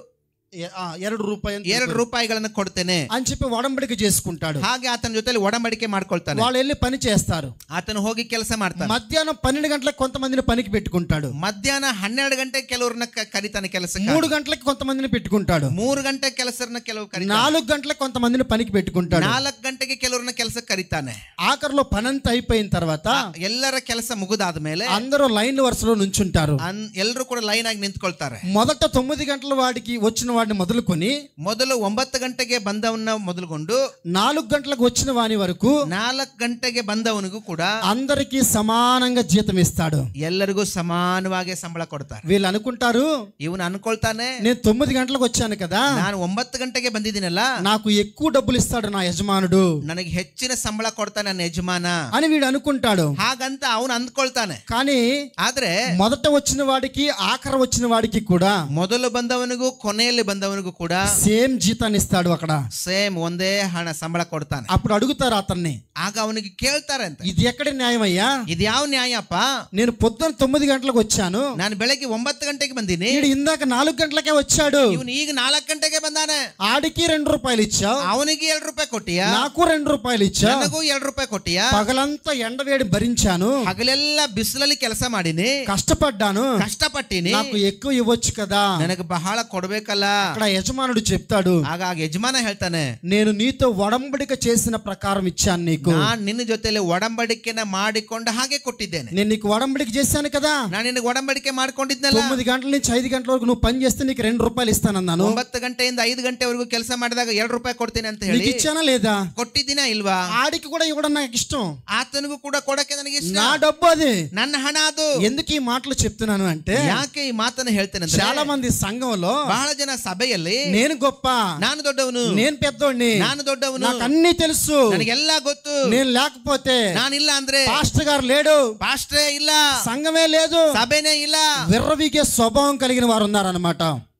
విర్రవీగే స్వభావం, ವಿರವೇಗೆ ಸ್ವಭಾವ, అహంకాರದ స్వభావం, ಅಹಂಕಾರದ ಸ್ವಭಾವ. నేను లేకపోతే ఎవరు లేరంట, ನಾನು ಇಲ್ಲ ಅಂದ್ರೆ ಯಾರಿಲ್ಲ ಅಂತ, పాస్టరే లేడు, ಪಾಸ್ಟ್ರೇ ಇಲ್ಲ, సంఘమే లేదు, సభేనే ಇಲ್ಲ, సంఘంలో భోజనాలే జరగవు, ಸಭೆಯಲ್ಲಿ ಊಟನೇ ಇಲ್ಲ. నువ్వు లేకపోతే గాడిదను చీయించుకొస్తే దేవుడు అక్కడ పని చేయించగలడు. ನೀನ್ ಇಲ್ಲ ಅಂದ್ರೆ ಕತ್ತೆಯನ್ನು ಕರ್ಕೊಂಬಂದು ఎవరు ಕೆಲಸ ಮಾಡ್ತಾರೆ? ఎవరు గొప్పవారు ఇక్కడ? ಯಾರು ದೊಡ್ಡವರು? ಈ ಕಡೆ ఎవరు గొప్పవాళ్ళు లేరు, ಯಾರು ದೊಡ್ಡವರಿಲ್ಲ. ಇಲ್ಲಿ అందరూ సమానమే, ಎಲ್ಲರೂ ಸಮಾನರೇ. అందరము ఒకే రక్తంలో కడగబడిన వారమే, ನಾವೆಲ್ಲರೂ ಒಂದೇ ರಕ್ತದಿಂದ ತೊಳೆಯಲ್ಪಟ್ಟವರು, అందరం ఒకే అభిషేకాన్ని పొందుకున్న వారమే, ನಾವೆಲ್ಲರೂ ಒಂದೇ ಅಭಿಷೇಕವನ್ನು ಹೊಂದಿದವರು, మనందరి హృదయాలలో ఒకే ఆత్మ ఉన్నాడు, ನಮ್ಮೆಲ್ಲರ ಹೃದಯದಲ್ಲಿ ಒಂದೇ ಆತ್ಮ ಇದೆ. జ్ఞానం మనం కలిగిన వారిగా ఉండాలి. ನಾವು ಈ ಜ್ಞಾನವನ್ನು ಹೊಂದಿದವರಾಗಿರಬೇಕು. శిష్యులు అడుగుతారన్నమాట, అందుకే ఆయన అద్దకు వచ్చి, ಶಿಷ್ಯರೇ ಬಂದು ಅದಕ್ಕೆ ಅವ್ರ ಹತ್ರ ಬಂದು ఎవడు ಹೇಳ್ತಾರೆ, గొప్పవాడు పరలోక రాజ్యంలో? ಪರಲೋಕದ ರಾಜ್ಯದಲ್ಲಿ ಯಾರು ದೊಡ್ಡವರು? ఎవ్వరు గొప్పవాళ్ళు కాదు, ಯಾರು ದೊಡ್ಡವರಲ್ಲ. ఆయన కింద రాస్తాడు, ಇಲ್ಲಿ ಕೆಳಗಡೆ ಬರ್ದಿದೆ, ఆయన ఒక చిన్న బిడ్డను తన యొద్దకు పిలిచి వారి మధ్యన నిలవబట్టి ఇట్లనెను, మీరు మార్పు నొంది బిడ్డల వంటి వారైతేనే గాని పరలోక రాజ్యములో ప్రవేశింపరని నిశ్చయముగా మీతో చెప్పుచున్నాను. ಅದರಲ್ಲಿ ವಾಕ್ಯ ಹೇಳ್ತದೆ ಹೀಗಿರುವುದರಿಂದ ಯಾವನು ಈ ಚಿಕ್ಕ ಮಗುವಿನಂತೆ తనను తగ్గించుకొల్లుతానో అవనే పరలోక రాజ్యದಲ್ಲಿ ಹೆಚ್ಚಿನವನು. ఇక్కడ కన్నడలో కొంచెం చేంజ్ చేసి రాశారు దాన్ని, కన్నడದಲ್ಲಿ ಸ್ವಲ್ಪ ಬದಲಾವಣೆ ಇದೆ. తగ్గించుకొనివాడు అని చెప్పేసి రాశారు, తగ్గిసల్పಡುವವನು ಎಂಬುದಾಗಿ ಬರೆದಿದ್ದಾರೆ. మార్పు చెందాలని తెలుగు బైబిల్లో రాశారు. మార్పాడు ಅನ್ನುವಂಥದ್ದನ್ನ తెలుగు బైబిల్ బರೆದಿದ್ದಾರೆ. మార్పు చెందడం అంటే ఏంటి? మార్పాడు ಅಂತಂದ್ರೆ ಏನ್ರಿ? ఆ కుర్రోడు ఉన్నాడు అనుకోండి, ಇಲ್ಲಿ ಅಲ್ಲಿ ಒಂದು ಹುಡುಗ ಇದೆ ನೋಡ್ರಿ, చాలా చిన్నోడు, అది బహಳ చిಕ್ಕವನು. ఇప్పుడు ఒక దెబ్బ కొట్టాను అనుకోండి, నేను ಆತನಿಗೆ ಒಂದು ಏಟು ಹೊಡೆದು ಅನ್ಕೊಳ್ರಿ, ఏడుస్తాడు, ಅವನು ಅಳ್ತಾನೆ. ಮತ್ತೆ ನಾನು ಹೀಗೆ ಅಂತ ಕರೆದ್ರೆ ನೋಡಿ పరిగెట్టుకొచ్చి సంఖ్య ఎక్కుతాడు అనమాట. ಮತ್ತೆ ಅವನು ಓಡಿ ಬಂದು ಹಂಗೆ ಅಪ್ಕೊಳ್ತಾನೆ. ఎక్కుతాడా ఎక్కడ? ಆತ ಹತ್ತತಾನೆ ಇಲ್ವಾ? చిన్న బిడ్డలు మనం చూస్తామా లేదా? ನೀವು ಮಕ್ಕಳು ನೋಡಿದಿರಿ ಅಲ್ವಾ? మనం కూడా ఆ స్వభావంలోనికి మార్చబడాలని దేవుని ఉద్దేశం. ನಾವು ಕೂಡ ಅದೇ ಸ್ವಭಾವವನ್ನು ಹೊಂದಿದವರಾಗಿರಬೇಕೆಂಬುದಾಗಿ ದೇವರು ఈ ಬಯಸುತ್ತಾರೆ. రోజు ఆ స్వభావం చాలా మందిలో కనపడదు. ಈ ದಿನ ಆ ಸ್ವಭಾವ ಅನೇಕರಿಗೆ ಕಾಣ್ತಾ ಇಲ್ಲ. తగ్గించుకోవాలి దేవుని సన్నిధిలో, ತಗ್ಗಿಸಿಕೊಳ್ಳೋದು ಕಾಣ್ತಾ ಇಲ್ಲ ದೇವರ సేవకుల ఎదుట తగ్గించుకోవాలి, ಸೇವಕರಿಗಾಗಿ సేవకుల ఎదుట తగ్గించుకోవాలి, ಸೇವಕರ ಎದುರು ತಗ್ಗಿಸಿಕೊಳ್ಳಬೇಕು, దేవుని ఎదుట తగ్గించుకోవాలి, ದೇವರ ಎದುರು ఈ ತಗ್ಗಿಸಿಕೊಳ್ಳಬೇಕು, మనుషుల ఎదుట తగ్గించుకోవాలి. ಮನುಷ್ಯರ ఎదురు ತಗ್ಗಿಸಿಕೊಳ್ಳಬೇಕು. యేసు ప్రభు తగ్గించుకున్నాడా లేదా? ಯೇಸು ಸ್ವಾಮಿ ತಗ್ಗಿಸಿಕೊಂಡ್ರ? యేసు ప్రభు మనందరికీ మాదిరా కాదా? ಯೇಸು ಸ್ವಾಮಿ ನಮ್ಮೆಲ್ಲರಿಗೂ ಮಾದರಿ ಅಲ್ವಾ? యేసు ప్రభుని ಯೇಸು ಸ್ವಾಮಿ సిలువలో మేకులు వేశారు, ಶಿಲುಬೆ ಮೇಲೆ ಹಾಕಿದ್ರು, 2 చేతులకి మేకులు కొట్టారు, 2 ಕೈಗಳಿಗೆ ಮಳೆಗಳನ್ನು ಹೊಡೆದ್ರು, 2 కాళ్ళకి మేకులు కొట్టారు, 2 ಕಾಲಗಳಿಗೆ ಮಳೆ ಹೊಡೆದ್ರು, తలకి ముళ్ళ కిరీటం పెట్టారు, ತಲೆಗೆ ಮುಳ್ಳಿನ ಕಿರೀಟ ಇಟ್ರು. కొట్టారా లేదా? ಹೊಡೆದ್ರ ಹಾಕಿದ್ರ ಇಲ್ವಾ? అప్పుడు యేసు ప్రభు ఏమంటారు? ಆಗ ಯೇಸು ಸ್ವಾಮಿ ಏನ್ ಹೇಳಿದ್ರು? తండ్రి, ತಂದೆ, మీరేం చేస్తున్నారు? ಇವ್ರು ಏನ್ ಮಾಡ್ತಾ ಇದ್ದಾರೋ వీరికి తెలియదయ్యా, ಇವರಿಗೆ ಅರ್ಥ ಆಗ್ತಾ ಇಲ್ಲಪ್ಪ, వీరిని క్షమించండి ప్రభు అంటాడు. ಇವ್ರನ್ನ ಕ್ಷಮಿಸಪ್ಪ ಅಂತ ಹೇಳಿದ್ರು. ఆ మనస్సు మనం కలిగిన వారిగా ఉండాలి. ಆ ಮನಸ್ಸು ಹೊಂದಿದವರಾಗಿ ನಾವು ఇక్కడ మార్పు చెందడం అంటే, ಈ ಕಡೆ ಮಾರ್ಪಾಡುವುದು ಅಂದ್ರೆ ఇందాక ఫస్ట్ లో చెప్పాను కదా, ಈಗ ಮೊದಲೇ ಹೇಳಿದ್ನಲ್ಲ, మెళ్ళ బోటేసుకోవడం కాదు, ಮೇಲ್ಗಡೆ ಒಂದು ಬೋಲ್ಡ್ ಹಾಕೊಳ್ಳೋದಲ್ಲ, నీ అంతరంగములో ನಿನ್ನ ಅಂತರಂಗದಲ್ಲಿ మార్పు చెందిన వ్యక్తిగా ఉండాలి. ಮಾರ್ಪಟ್ಟ ವ್ಯಕ್ತಿ ಆಗಿರಬೇಕು. నువ్వు రక్షణ పొందుకున్నావు, ರಕ್ಷಣೆ ಹೊಂದಿಕೊಂಡಿದ್ದೀಯಾ, అనేక సంవత్సరాలుగా మందిరానికి వస్తున్నావు, ಅನೇಕ ವರ್ಷಗಳಿಂದ ಸಭೆಗೆ ಬರ್ತಾ ಇದೆಯಾ, ఎన్నో వాక్యాలు వింటున్నావు, ಎಷ್ಟೋ ವಾಕ್ಯಗಳನ್ನು ఎన్నో ಕೇಳಿಸ್ಕೊಳ್ತಾ ಇದೆಯಾ, అద్భుతాలను జీవితంలో చూసావు, ಎಷ್ಟೋ ಅದ್ಭುತಗಳನ್ನ ಜೀವಿತದಲ್ಲಿ నీ ನೋಡಿದ್ದೀಯಾ, జీవితంలో ఇంకా మార్పు రాలేదు కదా, ನಿನ್ನ ಜೀವಿತದಲ್ಲಿ ಇನ್ನೂ ಕೂಡ ಮಾರ್ಪಾಡ್ಲಿಲ್ವಲ್ಲ, నీ మాటలో మార్పు రాలేదే, ನಿನ್ನ ಮಾತಿನಲ್ಲಿ ಮಾರ್ಪಾಡು నీ ಕಾಣ್ತಾ ಇಲ್ವಲ್ಲ, చూపులో మార్పు రాలేదే, ನಿನ್ನ ನೋಟದಲ್ಲಿ ಮಾರ್ಪಾಡು నీ ಕಾಣ್ತಾ ಇಲ್ವಲ್ಲ, నడవడికలో మార్పు రాలేదే, ನಿನ್ನ ನಡವಳಿಕೆಯಲ್ಲಿ ಮಾರ್ಪಾಡು ಕಾಣ್ತಾ నువ్వు ಇಲ್ವಲ್ಲ, మాట్లాడే మాటలో మార్పు లేదే, ನಿನ್ನ ಮಾತಾಡುವ ಮಾತಿನಲ್ಲಿ ಮಾರ್ಪಾಡು ఈ ಕಾಣ್ತಾ ಇಲ್ವಲ್ಲ, లోకానికి నువ్వు మాదిరికరంగా లేవు కదా, ಈ ಲೋಕಕ್ಕೆ ಮಾದರಿಕರವಾಗಿಲ್ವಲ್ಲ. పైకి తెల్లటి వస్త్రాలు వేసుకుని పైకి తెల్లటి వస్త్రాలు వేసుకుని ಮೈ ಮೇಲೆ ನಾವು ಶುಭವಾದ ವಸ್ತ್ರಗಳನ್ನು ಧರಿಸಿಕೊಂಡು భక్తి పరులాగా దేవుని మందిరానికి వస్తున్నాం. ಭಕ್ತಿವಂತರಾಗಿ ದೇವರ ಸನ್ನಿಧಿಗೆ ಬರ್ತಾ కానీ ಇದ್ದೀವಿ. అంతరంగంలో ఉండవలసిన దాన్ని విడిచిపెడుతున్నావు నీవు. ಆದರೆ ಅಂತರಂಗದಲ್ಲಿ ನಾವೆಲ್ಲವನ್ನ ಏನ್ ಮಾಡ್ತಾ ಇದೀವಿ? మార్పు చెంది బిడ్డల వంటి వారైతేనే కానీ మీరు పరలోక రాజ్యంలో చేరడన్న యేసు ప్రభు వారు. ಮಾರ್ಪಡದೇ ಇರುವುದೇ ಹೋದರೆ ಪರಲೋಕ ರಾಜ್ಯಕ್ಕೆ ಯಾರು ಸೇರುವುದಿಲ್ಲ ಅಂತ ದೇವರು రక్షణ పొందుకోని దినములో, ರಕ್ಷಣೆ ಹೊಂದಿದ ದಿನದಲ್ಲಿ, రక్షణ పొందుకోని దినాలలో ಅಂದ್ರೆ రక్షణ వదిలారు మొదలు ರಕ್ಷಣೆ ಹೊಂದದೇ ಇರುವುದೇ ಮುಂತಿನ ದಿನಗಳಲ್ಲಿ సినిమాలు చూసేవాడివి, ಸಿನಿಮಾ ನೋಡುವವರಾಗಿದ್ವಿ, సీరియల్ చూసేవాడివి, ಸೀರಿಯಲ್ ನೋಡ್ತಾ ಇದ್ರಿ. ఈ రోజు చూస్తలేదా? ಈ ದಿನ ನೋಡ್ತಾ ಇದೀಯಾ? చక్కగా చూస్తున్నారు ఇంట్లో. ಬಹಳ ಚಂದವಾಗಿ ನೋಡ್ತಾ ಇದ್ರಿ. ఫోన్ లో సినిమా చూసే వాళ్ళు ఉన్నారు. ಫೋನ್ ಅಲ್ಲೇ ಸಿನಿಮಾ ನೋಡೋರು ಇದ್ರಿ. లేరా? సినిమా చూసే వాళ్ళు లేరా? ಇಲ್ವಾ? ಸಿನಿಮಾ ನೋಡೋರು ಇಲ್ವಾ? ఆయన కన్ను దృష్టికి ఈ భూమి మీద మరుగైనటువంటిది ఏదీ లేదు. ಆತನ ಕಣ್ಣ ದೃಷ್ಟಿಗೆ ಮರೆಯಾದದ್ದು ಈ ಲೋಕದಲ್ಲಿ ಯಾವುದೂ ಇಲ್ಲ. ఆయన కంటికి సమస్తము స్పష్టంగా కనబడుతుంది అన్నమాట. ಆತನ ಕಣ್ಣಿಗೆ ಸಮಸ್ತವೂ ಕೂಡ ಕಾಣ್ತಾನೆ. వాక్యం సెలవిస్తుంది, ವಾಕ್ಯ ಹೇಳ್ತದೆ, నీవు కూర్చుండుట, ನೀನು ಕುಂತ್ಕೊಳ್ಳುವುದು, నీవు లేచుట, ನೀನು ಹೇಳುವುದು సమస్తము నాకు తెలుసు. ಸಮಸ್ತವು ನನಗೆ ಗೊತ್ತು. పాస్టర్ గారికి కళ్ళుకు నువ్వు కప్పేయచ్చేమో, ಪಾಸ್ಟರ್ಗೆ ಕಣ್ಣಿಗೆ ಬಟ್ಟೆ ಹಾಕಿರ್ಬೋದು, పాస్టర్ అమ్మగారి కళ్ళు నువ్వు కప్పేయచ్చేమో, ಪಾಸ್ಟರ್ ಅಮ್ಮನವರ ಕಣ್ಣಿಗೆ ಬಟ್ಟೆ ಕಟ್ಟಿರ್ಬೋದು, నీ భార్య కళ్ళు మూసేయచ్చేమో, ನಿನ್ನ ಹೆಂಡತಿಯ ಕಣ್ಣುಗಳನ್ನು ಮುಚ್ಚಬಹುದು, నీ భర్త కళ్ళు నువ్వు మూసేయచ్చేమో, ಗಂಡನ ಕಣ್ಣುಗಳನ್ನು ಮುಚ್ಚಬಹುದು. దేవుని కన్ను నువ్వు ఎన్నటికీ మూయలేవు. ದೇವರ ಕಣ್ಣುಗಳನ್ನು ಯಾವತ್ತಿಗೂ ಮರೆ ಮಾಡಕ್ಕಾಗಲ್ಲ. నీ జీవితంలో ನಿನ್ನ ಜೀವಿತದಲ್ಲಿ విడిచిపెట్టవాటివాల్సిని ಬಿಟ್ಟು ಬಿಡಬೇಕಾದದ್ದನ್ನ నువ్వు ఇంకా విడిచిపెట్టలా, ನೀನ್ ಇನ್ನು ಬಿಟ್ಟು ಬಿಟ್ಟಿಲ್ಲ, ఇంకా అదే కార్యాల్లో కొనసాగుతున్నావు. ಇನ್ನು ಅದೇ ಕಾರ್ಯದಲ್ಲೇ ಸಾಗ್ತಾ ಇದೀಯಾ. అందుకే అంటున్నాడు ఆయన, ಅದಕ್ಕೆ ಹೇಳ್ತಾ ಇದ್ದಾನೆ, మార్పు చెంది ಮಾರ್ಪಡದು బిడ్డల వంటి వారైతేనే గాని, ಮಾರ್ಪಡದೇ ಇರುವಂತ ಮಕ್ಕಳಾಗಿರ್ಬೇಡ್ರಿ. మార్పు చెంది బిడ్డల వంటి వారైతేనే గాని ಮಾರ್ಪಟ್ಟು ಮಕ್ಕಳಂತೆ ಆಗದೆ ಹೋದ್ರೆ పరలోక రాజ్యంలో నీకు ప్రవేశం లేదు. ಪರಲೋಕ ರಾಜ್ಯಕ್ಕೆ ನನಗೆ ಪ್ರವೇಶ ಇಲ್ಲ. నేను రక్షణ పొందుకున్నాను, ನಾನು ರಕ್ಷಣೆ ಹೊಂದಿಕೊಂಡಿದ್ದೇನೆ, బాప్టిజం తీసుకున్నాను, ದೀಕ್ಷಾಸ್ನಾನ నేను ತೆಗೆದುಕೊಂಡಿದ್ದೇನೆ, పరలోక రాజ్యం వెళ్తాను, ನಾನು ಪರಲೋಕ ರಾಜ್ಯಕ್ಕೆ ఈ ಹೋಗ್ತೇನೆ, భూమి మీద తాగుతాను, నేను తాగుతాను, ನಾನು ಭೂಮಿ ಮೇಲೆ ಕುಡಿತೇನೆ, నేను ఇస్పెట్ ఆడతాను, ನಾನು ಇಸ್ಪೆಟ್ ಆಡ್ತೇನೆ, సినిమా హాల్కి వెళ్తాను, ಸಿನಿಮಾ ಥಿಯೇಟರ್ಗೆ ಹೋಗ್ತೇನೆ, వ్యభిచారం చేస్తాను, ವ್ಯಭಿಚಾರ ಮಾಡ್ತೇನೆ, బూతులు మాట్లాడతాను, ಬೂತುಲು ಹೊಲಸು ಮಾತಾಡ್ತೇನೆ, సరసోక్తులు మాట్లాడతాను. సరసోక్తులు ಅಂದ್ರೆ ಬೇಡವಾದದನ್ನು ಮಾತಾಡ್ತೇನೆ, ఇవన్నీ చేస్తాను, ಎಲ್ಲ ಮಾಡ್ತೇನೆ. ఆదివారం ಭಾನುವಾರ సంకలో బైబిల్ ఎట్టుకుని ಬಗಲಲ್ಲಿ ಬೈಬಲ್ ಎತ್ಕೊಂಡು నేను చర్చిలోకి వచ్చి ನಾನು ಸಭೆಗೆ ಬಂದು హల్లెలూయా స్తోత్రం అంటే ಹಲ್ಲೆಲೂಯಾ ಸ್ತೋತ್ರ ಅಂದ್ರೆ దేవుడు ఎండో, ದೇವರು ಕೇಳಲ್ಲ. నువ్వు మార్పు చెందాలి. ನೀನು నీ ಮಾರ್ಪಡ್ಬೇಕು. బ్రతుకులో ఇంకా మార్పు రాలా. ನಿನ್ನ ಬದುಕು ಇನ್ನೂ ಮಾರ್ಪಡ್ಲಿಲ್ಲ. చిన్న బిడ్డల స్వభావం ధరించుకోమని యేసుప్రభు వారు చెప్తున్నాడు.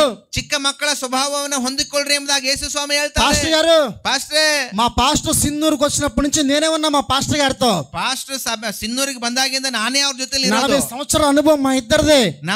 ನಮ್ದು 40 ವರ್ಷದ ಅನುಭವ ಇಬ್ಬರದು. ఈ సంఘానికి రేకులు వేసినప్పుడు నేనే ఉన్నా, ಈ ಸಭೆಗೆ ಸೀಟ್ ಹಾಕುವಾಗ ನಾನೇ ಇದ್ದಿದ್ದು, గోడలు కట్టినప్పుడు నేనే ఉన్నా, ಈ ಗೋಡೆ ಕಟ್ಟುವಾಗ ನಾನೇ ಇದ್ದಿದ್ದು, ఈ పుల్పిట్ రెడీ చేసినప్పుడు నేనే ఉన్నా, ಈ ಪುಲ್ಪಿಟ್ ರೆಡಿ ಮಾಡುವಾಗಲೂ ನಾನೇ ಇದ್ದಿದ್ದು. ఎవడన్నా చచ్చిపోతే ఫస్ట్ పెట్టి మోసేవాడు నేనే. ಯಾರಾದ್ರೂ ಸತ್ತೋದ್ರೆ ಫಸ್ಟ್ ಪೆಟ್ಟಿಗೆನ ರೆಡಿ ಮಾಡೋದು ನಾನೇ. మంచిదే, ಒಳ್ಳೇದೇ. నీ బ్రతుకులో ఇంకా మార్పు రాలేదు కదా. ನಿನ್ನ ಬದುಕಿನಲ್ಲಿ ಇನ್ನೂ ಮಾರ್ಪಾಡು ಬರ್ತಾ అదే ಇಲ್ಲ. కోరుకుంటున్నాడు దేవుడు. ಅದನ್ನೇ ದೇವರು ಹೇಳ್ತಾ ಇದ್ದಾರೆ. మార్పు చెందకపోతే ಮಾರ್ಪಡದೆ ಹೋದರೆ పరలోక రాజ్యంలోనికి వెళ్ళం మనం. ಪರಲೋಕ ರಾಜ್ಯಕ್ಕೆ ಹೋಗುವುದಿಲ್ಲ. రక్షణ పొందుకున్న వారందరూ పరలోక రాజ్యం వెళ్ళిపోతున్నారు. ఈ రోజు సేవకులు చాలా మంది చెప్తున్నారు. ರಕ್ಷಣೆ ಹೊಂದಿರುವವರು ಎಲ್ಲರೂ ಕೂಡ ಪರಲೋಕ ರಾಜ್ಯಕ್ಕೆ ಹೋಗ್ತಾರೆ ಅಂತ ಬಹಳ ಜನ ಸೇವಕರು ಹೇಳ್ತಾರೆ. నిజమే, ఆయన యందు విశ్వాసం ఉంచిన వారందరూ పరలోక రాజ్యానికి వెళ్తారు. ನಿಜನೇ, ಆತನಲ್ಲಿ ವಿಶ್ವಾಸವಿಟ್ಟವರು ಎಲ್ಲರೂ ಪರಲೋಕ ರಾಜ್ಯಕ್ಕೆ ಹೋಗ್ತಾರೆ. ఎలా వెళ్తారో పరలోక రాజ్యానికి? ಹೇಗೆ ಹೋಗ್ತಾರೆ ಪರಲೋಕ ರಾಜ್ಯಕ್ಕೆ? ఈ లోకంలో యేసు ప్రభులాగా నీవు నేను బ్రతికి చూపించాలి. ಈ ಲೋಕದಲ್ಲಿ ನಾನು ನೀನು ಯೇಸು ಕ್ರಿಸ್ತನ ಹಾಗೆ ಬದುಕಿ ఆయన ತೋರಿಸಬೇಕು. చెప్పినట్లుగా మనం నడుచుకోవాలి. ಆತನು ಹೇಳಿದ ಹಾಗೆ ನಾವು ನಡಿಬೇಕು.